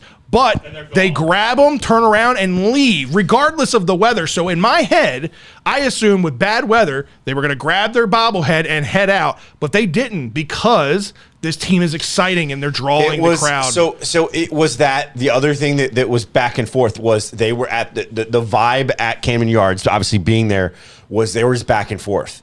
There were people that you were talking to saying, I don't think this game's going to get in. And there were people that you were talking to, and they were like, they've got to wait it out. But They've what got I'm to wait it saying out. is in years past, when they've been losing, that back and forth 100%. didn't even matter. They It didn't grabbed matter. their shit It and grabbed fucking it. It was leave. grab and go, you'd yeah. see these on eBay 5 minutes later being sold for $50. Oh, yeah, 100%. There would have been no rain delay. They still weren't going to stay. Exactly. It was one of those things. It definitely was there. We stayed for a little while, and then it got late, and my son, tired, It was like, all right, let's roll. Makes sense. But at the same time, like even when it came down to it, Nicole Sherry coming out on the field with Hyder and the umpire, it was like, oh, okay, here it is. Like, this is it. They're calling. She's telling them like, hey guys, we're not going to be able to get this in. We're calling this. See ya. And it's still, people were still sticking around. There were a ton of people in club level when we were there. We didn't realize it until we had to show my dad's Birdland BS membership to get in, because you can get in club level if you're a Birdland BS member. Birdland BS. Hey, where has this been? Scott is holding back all these details and perks. He's the only one cashing in on the Birdland BS card. This Birdland membership. Anyway, but no. So we didn't realize it as my dad's trying to pull it up on his phone. This guy walks up behind us and he has a ticket. Yeah. And he does it and he goes, 7.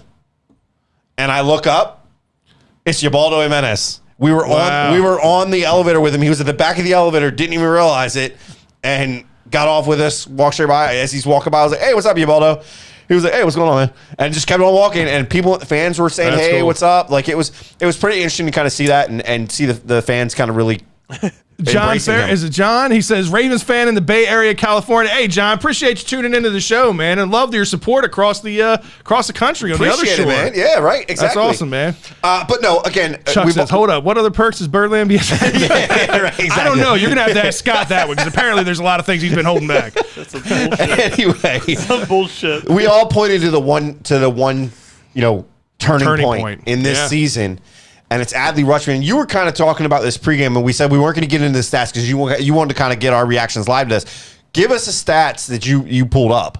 Well, it's not just about stats with this guy. It's just there's a lot of things that have happened since Adley Rutschman got called up with this team. As you said, you can blame this turnaround on whatever you want to blame it on, but when you just look at the numbers of how much this team overall is doing better since his arrival and his impact on the pitching staff, the starting rotation, the relievers, what, again, we talked about like what Rugnet Odor brings to that locker room. That little bit of bonding that Adley does with his pitchers, that 10-second walk. That 10-second walk in between innings, I'm telling you, it's impactful. And then the waddle and the hug with Bautista at the end. I love it. It brings the kid out in you, man. That's what I think. That's what it is, right? It's like Little League ball. These guys have been pounded and pounded about being professionals and working the hardest to get to where they want to go, right? That I think Adley brings that little bit of little kid out of them that they haven't seen or felt since they were fucking 10 years old, right? I think that means something. You know what it reminds me of is the movie Little Big League, right? Where he's like, You guys get to play baseball every day. Right. Like, you get to play in this. Like, and I think that's the embrace that a lot of these guys are having. Call it what you want. You can say it's silly, but I'm telling you, it's impactful. Adley's the poster child for that right now. Yeah. And I then agree with that. The thing I did want to bring up statistically, right, because there's a lot of good that Adley brings to the table right now, right? And he's offensively, he's batting .338 with a .485 on base percentage. .485 on base percentage. That's 150. .338 over what time period? Over the last 25 games. Okay, still, over the last 25 not a small games. sample size. Good. .338 average, .485 on base percentage, okay. .545 slugging percentage, 12 extra base hits, 21 walks to 14 Ks. Unreal stats for a rookie. I don't care what the sample size is or not. Yeah, I don't care what he's doing. That's awesome. And offensively, that was the one area that he struggled with for that first month that he came up. Like, he was hitting right around that 200 mark, the 210 mark. He still walked a good bit. He was still selective in his pitching or his hitting. He just wasn't getting a lot of balls to fall. He wasn't making solid contact. There was something a little trying off. At the plate at first. I think it was. And he was pressing a little bit, but he's gotten over that. The one thing that you haven't questioned since he's been up here is his defensive impact. And when you look at his defensive impact overall this year, he's in the 91st percentile in framing pitches, which we've talked about endless amounts of time, how important that is as a catcher. Thing of beauty. He's throwing out 33% of his base stealers against him this year. I mean, he is putting up crazy numbers. He's a top 5 catcher right now overall in the league. Not just rookies. I'm talking top 5 overall catcher in the league right away. But there are some caveats to this that I wanted to see what your guys' opinions were on this to see if it matters or do you think it doesn't matter? Because we talked a little bit about the potential of Adley getting brought up a little too early this year and the risk reward with that, right? Mm-hmm. Because if Adley were to finish second or better in the overall Rookie of the Year standings this year, voting, then he basically loses a year of service time. This year counts as a full year of service time into the league. So we lose that year of contract control on Adley. We were back and forth on this, right? Because we talked about we don't care about that extra year. We want to get him up. We want to get him working with the pitchers that he's going to be working with for the part of the future, blah, blah, blah. Well, now get him experience in the window. It's reality. Like, he could very easily, I don't think he's going to surpass Rodriguez, even though Rodriguez is hurt right now, but he'll come back, and if he's anywhere... He just came back. Did he just come back? Okay. So if he's anywhere near what he's been for the rest of this year, I think Rodriguez is hands down the Rookie of the Year this year because he's done it the entire season. Yeah. But the numbers that Adley's putting up in a much shorter amount of, or much less amount of games is really, really impressive. So he's got a very good chance. I think right now, if the voting ended today, he'd probably finish third in the standings. Bobby Witt probably finished second ahead of him. So if he were to finish second, does it change your opinion on the Orioles calling him up too soon or not? No. Yeah. Because of the impact that he's made for the organization. Agreed. Right? Like there's I'll put another metric in there. So if he does finish second in the Rookie of the Year, but the Orioles don't make the playoffs this year, is it still worth it? 100%. Okay, just making sure. 100%. Right. I mean, you've already surpassed the wins that you had last year, and you still have a third of the season left. Right. Like, this is not a game that you're playing with. This is a game that you're really seeing the impact that he's having.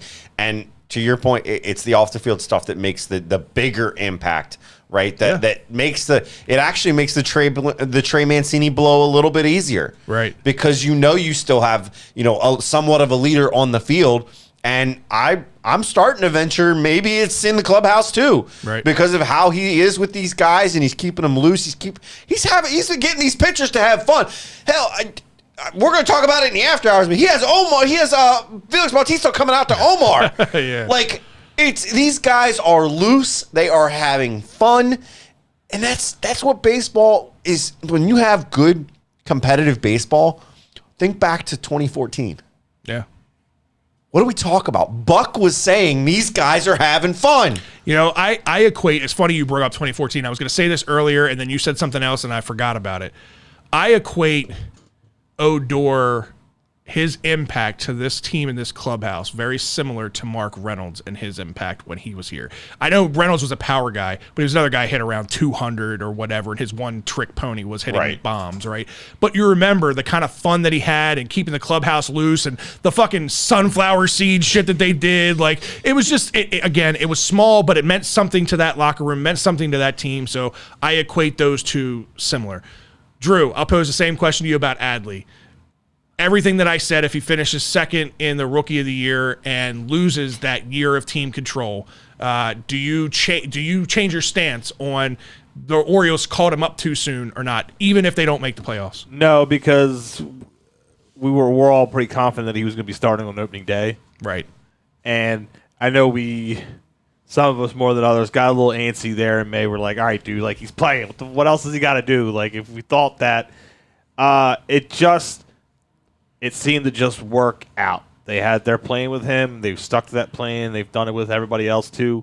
But they had their plan with him. They stuck with that plan, and it paid off one way or the other. It's still such a big fun season because we didn't expect this at all. Mm-hmm. Yeah, at all. You're right. Like you know what I mean? You were thinking, can it get to 60? Not even remotely close. Like, if they would have had 65, you would have been, holy shit, and you would have took all season to get to that point. Right. Now they're just a handful of games away from doing that.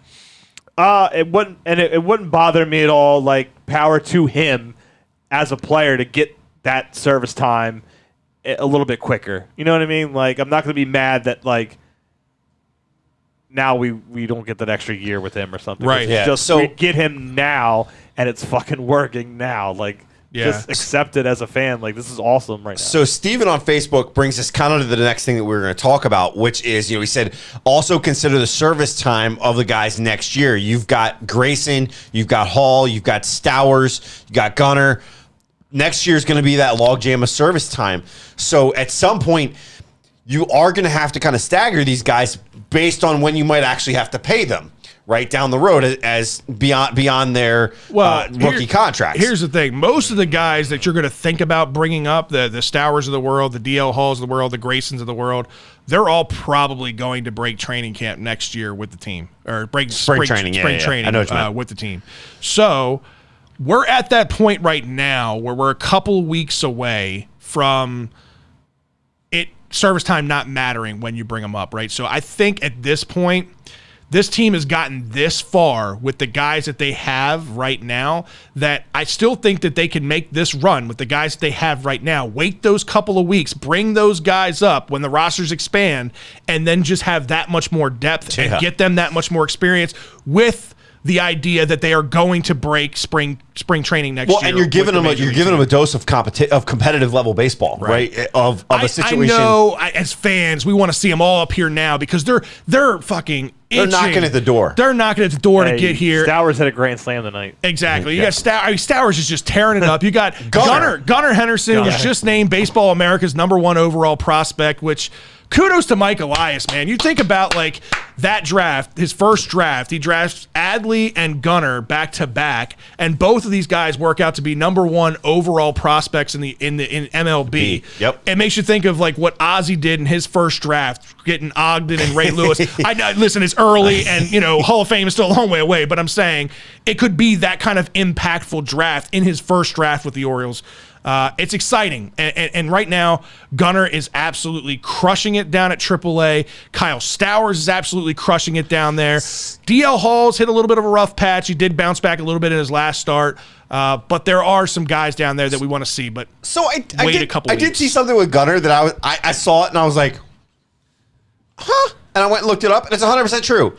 So I forget who did it, who said it on Twitter. I wish I could give you credit for it. I just don't remember who said it. Somebody on Twitter made the statement. Gunnar hasn't been in Bowie the last 2 months. Yeah. He's been at Norfolk. Norfolk. Exactly. No. He still leads Bowie in walks. Drew said no. Fuck you. Norfolk. Anyway. Fuck that guy. But no, that just shows you that this guy, not only is he hitting so well at the minor league, the higher minor league levels, but he's got a patient eye. Like, the guy hasn't been there in 2 months, and he still leads the team in walks for the season. And that's not a diss to Bowie, because they're the best team in AA. Man. It's not. It's they can't lose. It just shows you how good of an eye his kid has. I think back to like just how much he's improved because, when he was 2 years ago, when he was down in Delmarva, he was crushing it. Yeah. I mean, he was absolutely crushing it. He got called up to Aberdeen and struggled. Struggled mightily. Ryan and I went to a couple games and watched him. We were like, he wasn't good. He wasn't good in the field. He wasn't good hitting. I was like, oh man, this kid might have like hit that that early wall of I don't know. He's going to be at that that confidence point. Question mark. Yeah, I mean, you either sink or swim at that point, right? Yep. When you hit that challenge, probably the first time in his life that he's ever struggled like that. It tests you as an athlete, and to go from that to not only the #1 prospect in your own organization, the #1 prospect overall in baseball is just kudos to him and the work that he's put in, and he's been successful at every level along the way. He hasn't hit a hitch in his step the entire time. Yeah. I'm excited for it, man. I'm really excited for it. It's a great thing to see, and it's I think it's one of those things that we really take it for granted of what's being built, because we're just like, well, we're in a rebuild. We hear it. Now, guys, this is a true rebuild. This is not the rebuild and the retool that we've seen for the past 20 plus years. Okay.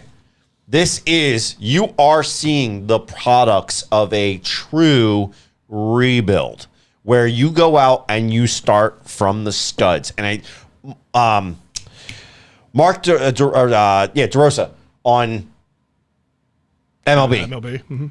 He talked about this early last month.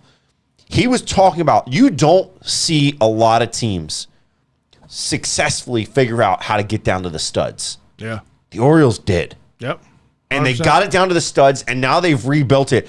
But not only have they rebuilt it with a strong foundation, solid walls, They're not using particle board. but guess what? They're using real wood. Guess what? They've even got some decorations too.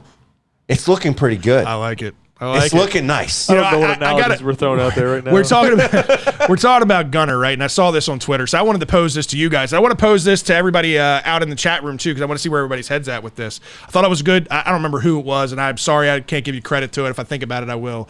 But he posed a Twitter poll out there about Gunnar. So, say the Orioles were to DFA Tyler Nevin, right? Because he's been struggling, and I don't know if he's part of the future or not, but let's just say they DFA him and call up Gunnar, right? Okay. Out of this group of players, who do you sit? Gunnar, Elias, Mateo, Vavra. You have to sit one of them. Who do you sit? And I'll kind of digest this a little bit here because there's a few things here, and I'll give you my take on it. I'd like to give you mine, but I want to ask a contingency question. Hold on. Let me give you my take and then see if it What answers. about this guy? See if it answers your contingency, right? So, I think Vavra is a true hitter, and in every sense of the word, he's got the batter's eye. He's a good contact hitter. He can hit all over the field.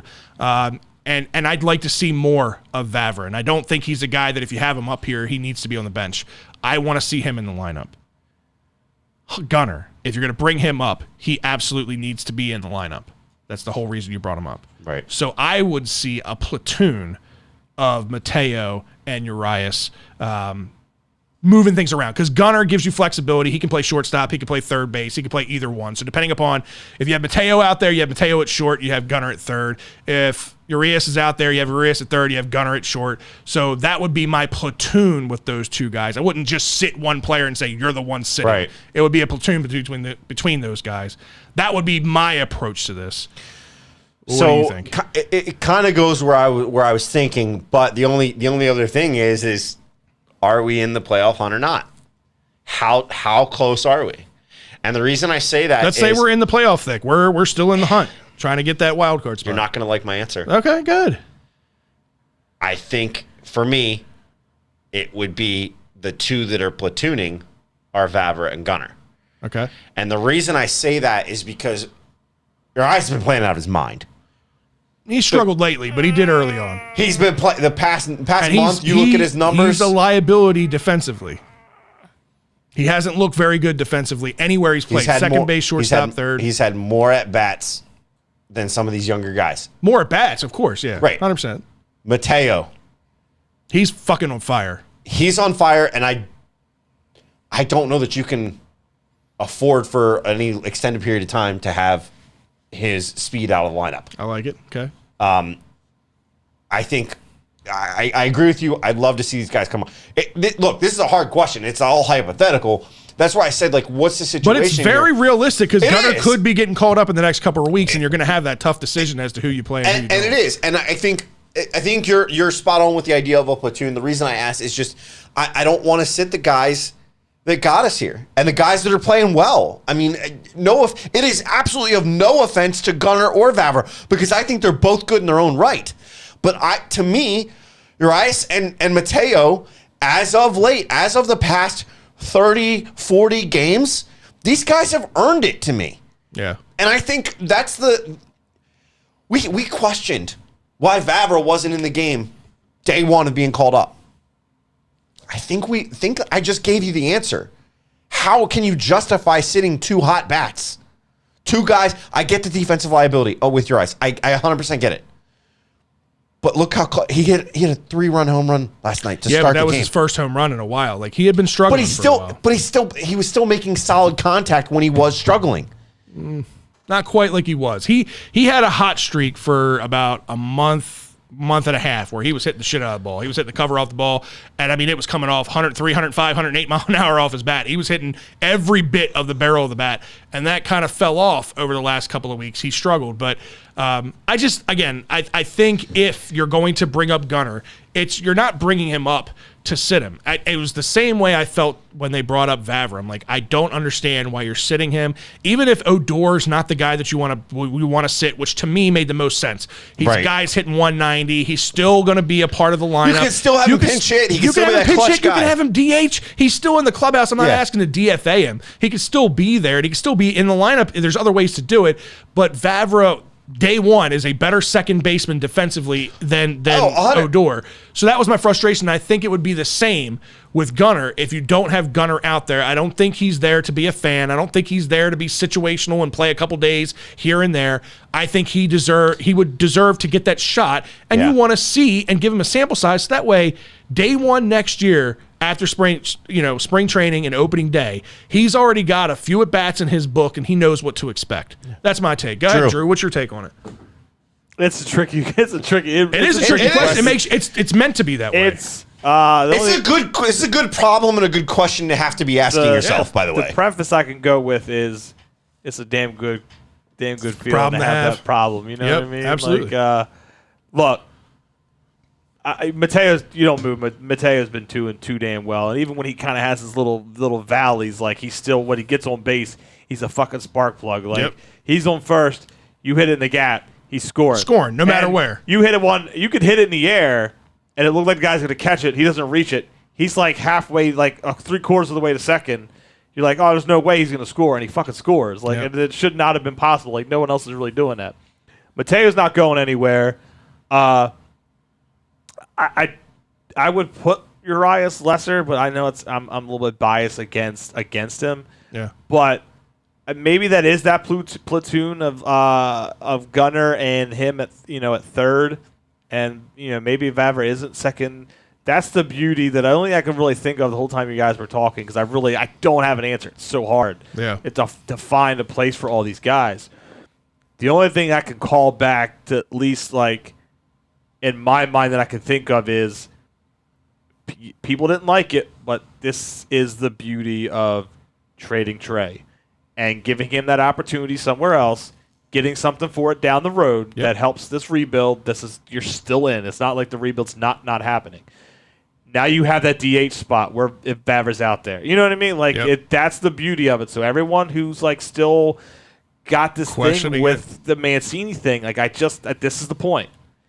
It's a spot now for someone that wasn't going to be here after the season, that got a chance to go play somewhere else. He's a heart and soul. That's cool. Now spots opened up. It's a business at some point. Like that's when it does become a business at some point. Yeah. And if you want these guys to come up, or a Stowers or whatever else, you're going to need that extra spot at DH, and that's good to have. Like I could see all these guys finding some way.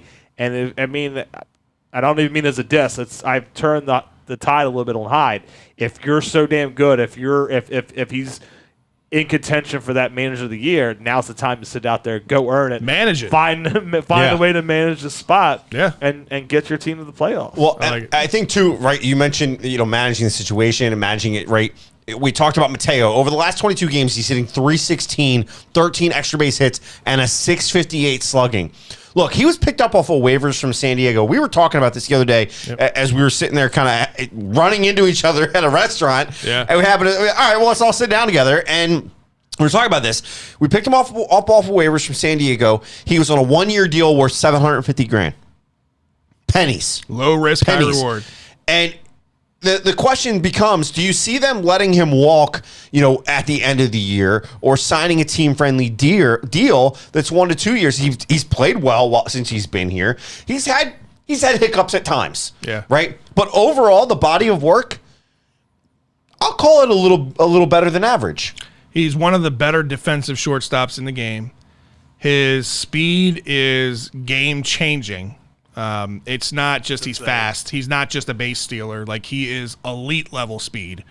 He is a game changer. So he doesn't know how to keep his helmet on, though. That might him and Mullins both. Neither one of them have to keep their helmets on. So to answer that question, I think it's going to depend on what is his market. right? So do I think the Orioles will overspend to keep him here? No. Team friendly deal, that'd be great. But what does the market see in Jorge Mateo?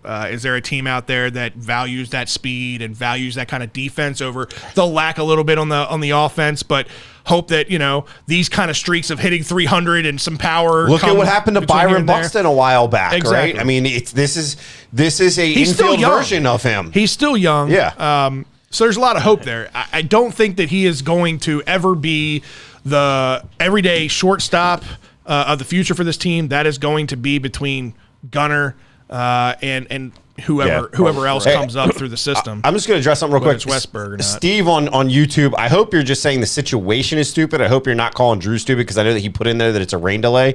It is a rain delay because there's lightning down there. So just hoping. I think you're saying it's the situation. I just want to put that out there that we don't tolerate any of that. So please don't. No, I don't think that was the case. But no. So it's one of those things that I kind of agree with you. I think. And this is why I asked the question of earlier when you asked who do you sit, right? Because him being at the end of his contract, well, if we're not in the playoffs, then it's a no question. He's sitting. He's the guy that doesn't matter at the end of the year, right? He's the guy that doesn't matter the most at the end of the year. I think we still have Urias through arbitration for next year, I believe. I think so. But then obviously Gunnar and Vavra you have as well. So he's the disposable one, if you would. Yeah. So I think I could see them getting a team friendly deal. He's played well, but his career has been a little inconsistent at times. To your point, the market may value him. I mean, I'm comfortable if they paid him a $3 million contract or $2 million.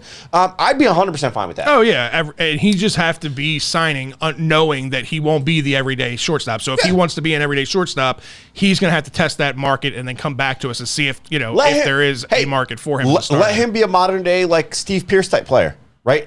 You're going to play where we want you. We need a utility infielder that's got power and speed. We haven't seen him in the outfield yet, too. With that kind of speed, he does have a good glove. Be interesting to see if he could be that super utility kind of guy down the road. We'll see. And we'll see what happens. But quick tidbits and notes I just wanted to bring up real quick. We mentioned Trey Mancini. Like I said, he's on an absolute tear in Houston so far. First 3 hits, all home runs. Would you expect anything less from Mancini? That's just what he does. He did it here in his first 2 at-bats and his last bat. Seems to be real comfortable. Obviously out there in Houston. Make sure, though, to speak very highly of Baltimore and his time here and everything. So, love that mic'd up session that he did on MLB. It was on really Fox. cool to watch him do that. I'm going to catch this. Yeah. As much as I do not like the Astros organization and the stigma that is with them with the cheating and all that stuff, I like that he's in a winning situation. He's got a chance to, obviously, when the Orioles get there, when the Orioles get there, you see how confident I said that? When the Orioles get there, I want the Orioles to beat the Houston Astros. But if the Orioles don't match up against the Astros, I'll be rooting for them and Trey Mancini, so that's exciting. The other tidbit of information I found out this week, too, Rylan Bannon was claimed off of waivers by the Dodgers, going back to the team that originally drafted him in the Machado deal. Only leaves us now with Yusniel Diaz and Dean Kramer. The only pieces left. Keep it going, Dean. From that deal, yeah. It's crazy to think. If we'd have looked at this trade 3 or 4 years ago when it actually went down, and we said you gotta share the story of Dean Kramer. Yeah. So Facebook, you all know, has the whole feature of memories that come up. I love this part. So I'm on Facebook earlier this morning, and I get a 4-year-old memory of a podcast that we did together. It's one of our early video podcasts that we did together, and we were digesting the whole Manny Machado trade at the time and valuating what we got back in the deal. And Scott's on the defense. He's like, well, listen, Diaz has been here for a couple weeks. He's hitting 205, and he's supposed to be the centerpiece of this deal. And I'm sitting here defending Diaz. I'm like, wait a second, put yourself in this kid's shoes. He's the centerpiece of a once-in-a-generation type player deal. I'm sure there's a ton of pressure that comes with that. He'll be fine. He'll be great, blah, blah, blah. Well, here we are 4 years later, still waiting for Yusniel Diaz to come through, so that didn't work out very well. But Dean Kramer, to be the prize piece. He's not the prize piece of this of deal. this deal. It just goes to show you, fuck you, Duquette. Thank you for that one. Really appreciate it. He gave us a giant FU walking out the door. Yeah, go fuck yourself, Baltimore.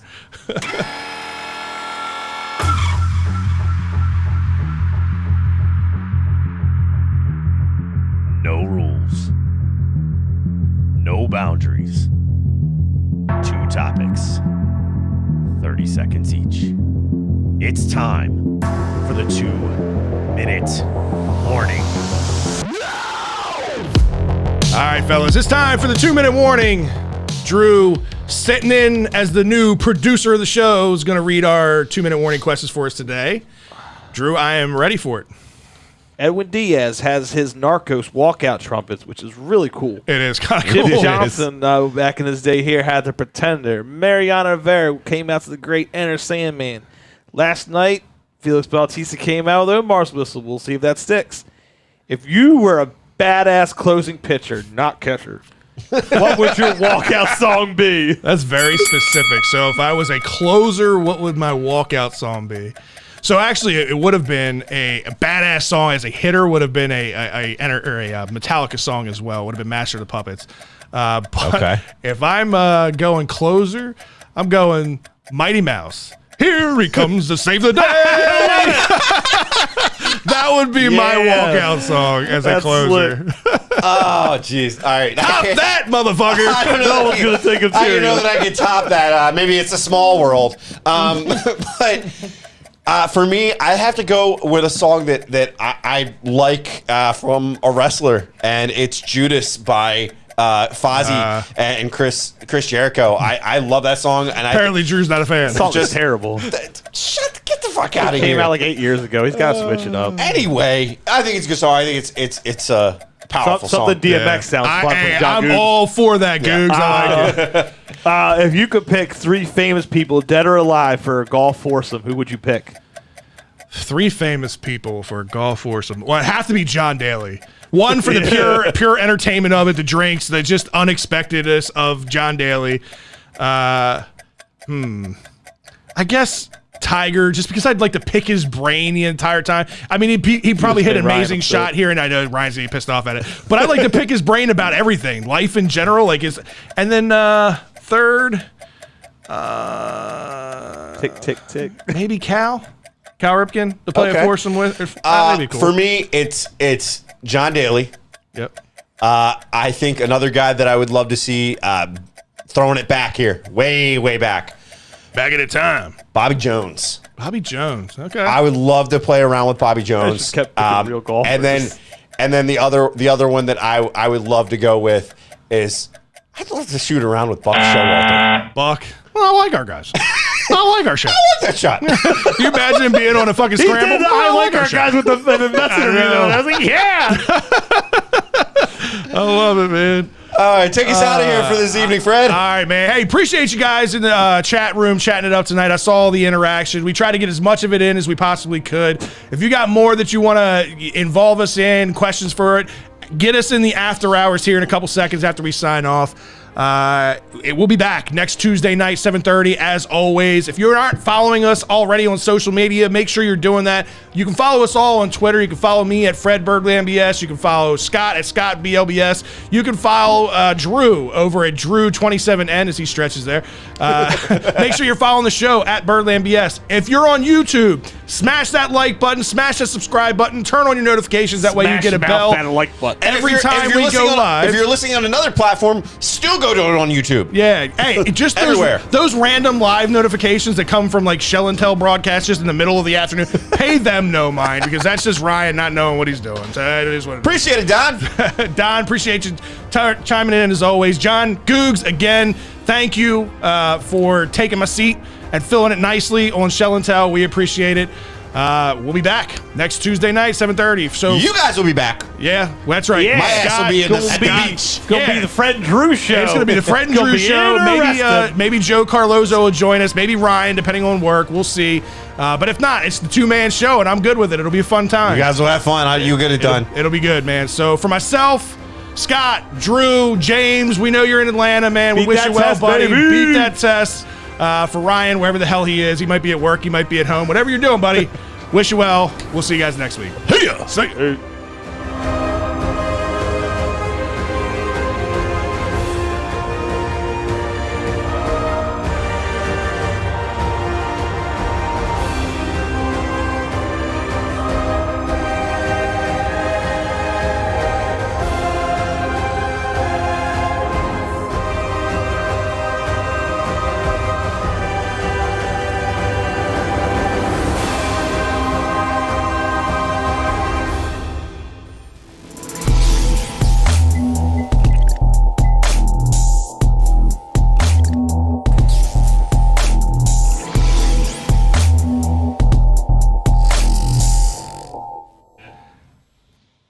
It's time for the after party. It's last call for alcohol.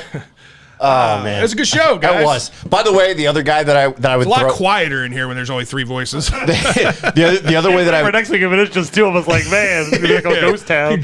Crickets. the other way that I'd throw into that, by the way, is if I were to adjust that foursome in golf, it would be John Daly, Bryson DeChambeau, Oh, yeah. and Walter Hagen. Yeah, so like when he was asking the question, I hadn't had a chance to like think this through. John Daly was obviously the first name that popped in my head. That would just be pure entertainment. Then my brain was struggling with like, should I be naming all golfers and like the best foursome golf tandem, like, or should I just be like naming like, could I say I want to go play around in golf with Ed Reed? Yeah, who could it be? You guys kept naming golfers. I was like, it's not what I was aiming for, but all right. But no, but John Daly of all That people, Daly would've been my golfer or answer, not, Daly. he's just so Yeah, entertaining, yeah. right? I don't know. It's kind of a cool. The reason, question. do you know why I say Walter Hagen? No. Walter Hagen was like a bougie John Daly back in the day. Like he'd roll up onto the course. Yeah. If you've ever seen the movie Bagger I Vance, don't remember that name. the movie Bagger Vance with Matt Damon and Will Smith, where it's God, what is his name? Something McGill plays Walter Hagen. The stories behind that are true. He was like a partier of the time. He would drink. He was out there smoking like cigars on the course. If he hit bad shots all over the place, but he could power the ball down the middle. It was him and John Daly together, and then you'd have 3 eras of modern day like power style hitters that are personalities within themselves. I would just love to sit back. The and just one go, name wow. I was surprised you didn't go, speaking of movies, would have been Adam Sandler to have the real life Happy Gilmore. Like that would be kind of cool just to see him in real life do that. Like I would love to see him go through the motions of that in real life. I wonder how many takes it took for him to get that and get that right. Think about like this could open up a whole can of worms, but like Babe Ruth. He could hit a baseball. Could he hit a golf ball? Right? Like, I'm sure some of these guys do it, but it's like, okay, where do you Eat a go? hot dog after every fucking hole. If I want some more comedy, Robin Williams. Yeah. There's so many different ways you could go with that. I think the easiest was just, hey, let's go with golfers. Like it's the easiest way to do it. Right. Oh, John said the same thing. Happy Gilmore. That's great. Oh man. Goog said he's free Tuesday. He could always come down. We'll see, man. We got to figure out who's all going to be here or not, but wouldn't be bad to have you on the show for sure. Great stream, guys. Appreciate that, Don. Any other good comments through there? I can teach you how to get high and wreck cars. Ryan. This one I see. I mean, what's more likely? Here, go ahead, put it up. What's more likely with Elias' comment about spending money? Go after a Carlos Rodon, tier pitcher, or a big bat and a Martin go with Perez a huge fish pitcher. or a medium-sized fish at the pitcher spot. Man, I don't know. I truly believe that this team, like I said last week, I really think this team has been banking money because, again, they can't spend $150 to $180 million every single year. But if you save that $120 million every year that you're not spending for a 5-year stretch, well, now you have a big bank of money that you've allotted that you can make those big splash. I don't think they're going to make like big splash additions just to make a big splash addition. It's got to be the right fit. I think it's got to be youthful too. I don't think they're going to get these guys that are like towards the latter half of their careers or whatnot. You're going to see a lot of big name younger guys like we said, the Carlos Correa. I think that is still a potential possibility even with Gunnar Henderson, even with a Jordan Westberg knocking on the door. I still think that there's potential for him to be here. I don't know, man. It's fun to think about though, but I think what we're seeing with the way that they're drafting is it looks like they're going to draft the big potential in bats and go buy the pitching. So if they're going to make a big splash, a big signing, I'd like to see it be in free agent pitching. Yeah, and I think that I agree. There's so much of a backlog from an offensive standpoint that I'd rather see the money be spent on, getting a true number one guy, knowing that your guy that you thought was going to be there, you don't know what he's going to come back and look like, right? We all hope that John Means comes back to the John Means that we were seeing, but there's no guarantees. No, right? Plus you have Grayson still. That is going to be your number one or number two. But again, you've got to make sure he can bounce back from the injury for himself.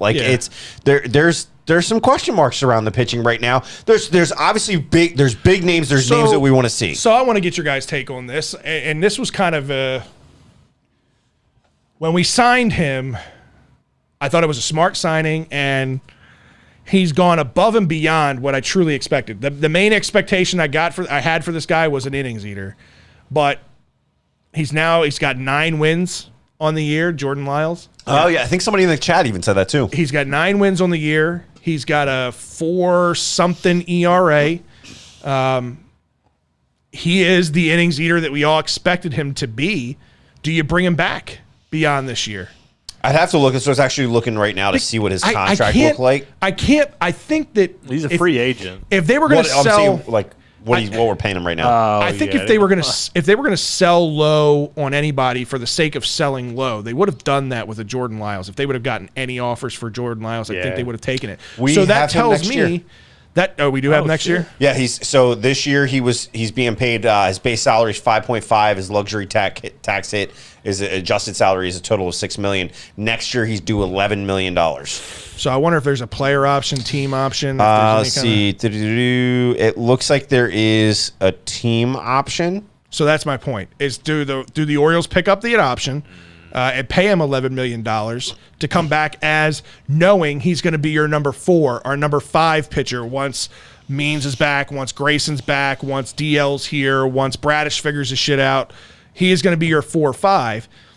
I really like what he brings to the staff as an innings eater, helping, because I think that tenfold helps his bullpen be much more successful than they should be this year. By the way, we've been saying for the past several years when he came up in free agency in 2019 and again in 2020 and again in 2021, we were saying his name. Yeah. Like we were saying this was a guy that could be there. And you're seeing like the benefits of that, moving that wall back has fit his pitching style 100%. I mean, up until yesterday. His splits at home and his splits he's far better at home than way better at home. And up until yesterday, I think he'd only given up like 1 or 2 home runs at Camden Yards. He gave up 2 yesterday, so he doubled his number. But still, it poses the question, like, to be able to secure that number 4 or 5 spot in the rotation for $11 million to me is a bargain deal.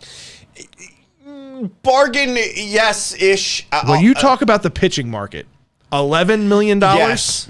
for a top tier guy, I get what you're saying. I think he's a guy that can do a lot. He's flexible. You can do a lot of it. But going from 5.5 to 11, it's a jump. Now that means that we got a year of a bargain on him. You also have to remember that Ollie's kind of bargain. The buyout is a $1 million buyout option, right? So either way, it's going to cost you at least $1 million. So in that aspect, you really look at it as 10, right? So I do think, yes, I think it makes sense for them to pick up this option. It goes with what you were saying, the money that they were banking. Get this guy in there, get him there. But then, again, you go spend the money in the market to get that solid guy that, whether he winds up being a number 1 through 3. Google search potential free agents in 2023. Yeah. Pitchers. I want to see some names. I want to see some guys like, give me a top 3 list of names that are going to be free agents next year as the guys on the 2023 starters that we might go after. MLB 2023 starter. What is it? Starter. So MLB starter free agents. Here it is. Boom. All right, you ready for this list? Yeah, give me like top 5. Chris Sale. No, that guy can't fucking. I don't even think he could get to the pen and paper to sign his contract without breaking something. No. Jacob deGrom. I love deGrom. He's going to be 35. Yeah, he cannot stay healthy. The way he pitches it's not conducive to staying healthy. Justin Verlander. See, now, if you're going to sign a veteran, if you're going to bring in a veteran, I like Verlander because he's kind of proven the test of time. Him and Scherzer are guys up there that are in that realm of guys that just haven't slowed down a whole lot as they've gotten older. I like him potentially. Okay. Carlos Rondon. Rondon, I definitely like Rondon. Noah Syndergaard. He's another one that, I mean, Why do I feel like has this a ton of potential. He's going to cost a lot. Can he stay healthy? A lot of question marks with Syndergaard. So the names that up to Syndergaard, the names that I said before, there's those guys Thomas, he just broke his wrist again. Like Yeah, he a keeps bike getting on a hurt. bike. It's no wonder you forgot that he was in the MLB. The dude cannot That's stay because he healthy. came back and got a fucking I think broken he's pitched, pinky what, on a like- line of drive. Yeah. And then he's fucking punching shit and breaking shit in the locker room in a AAA game or AA game, whatever it was. He's only pitched like 5 games or 5 innings this season. It's crazy. But all the guys that I mentioned have player options. So you have Noah Syndergaard, who is it's no option there. You've got Charlie Morton. Aaron Nola. So the thing about Morton is that you know that Elias has familiarity there. He's old. A guy that's old and not going to happen. Adam Wainwright, we already know that. No. Nathan Eovaldi. Well, he wouldn't be a bad name. Clayton Kershaw, not going to happen. No. Zach Greinke. Zach Greinke's a fucking character. I mean, if you were to asking me like 5-6 years ago, I'd probably be entertained, but I don't know. The next 3 all have club options, which, by the way, Charlie Morton also has a club option with Atlanta. You have Aaron Nola, Sonny Gray, and Luis Severino. All with club options. All those guys, so 16, 12, 7, and 5 is what you're looking at as their I like salaries for this Severino year. only because he's got the AL East experience, so he's already familiar. Sean Manaea out in San Diego. I like Manaea. Kyle Gibson, Phillies. I don't know a Mike whole lot about Minor. him. In Cincinnati. Okay. Yeah, That's so kinda you're basically telling me that the free agent pitching market next year Carlos is really not that Rondon. great. Yeah. Jake Carlos Odorizzi, Rondon's gonna Taijuan catch a lot Walker. of money. Yeah. Like, I mean, there's a lot of risk. I think there could be. I mean, DeGrom's going to opt out. It's his option. He's going to opt out.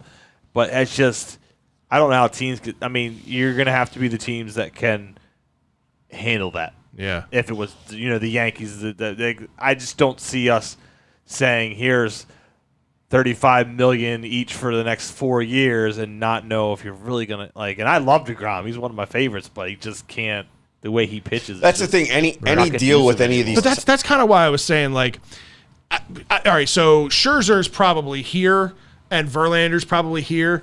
But as far as, like, again, the guys that have been able to kind of test Father Time a little bit and still be very productive pitchers, those are 2 guys that I kind of put on the same playing Pedestal, field. yeah.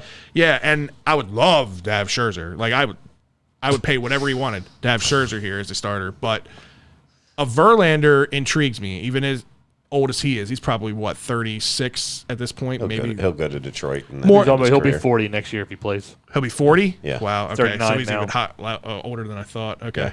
He'll Eh, go I back don't know. he'll go back to Detroit and end it out there. Yeah. That's what I think. No, Probably I don't makes think sense. Houston lets him leave. Yeah, I'm not real excited about that market. There's nobody. Rondon is probably the only one, like you say. Isn't Verlander from Virginia? That would be a hometown reunion. Elias was there. No, that'd be if he goes to the Nationals.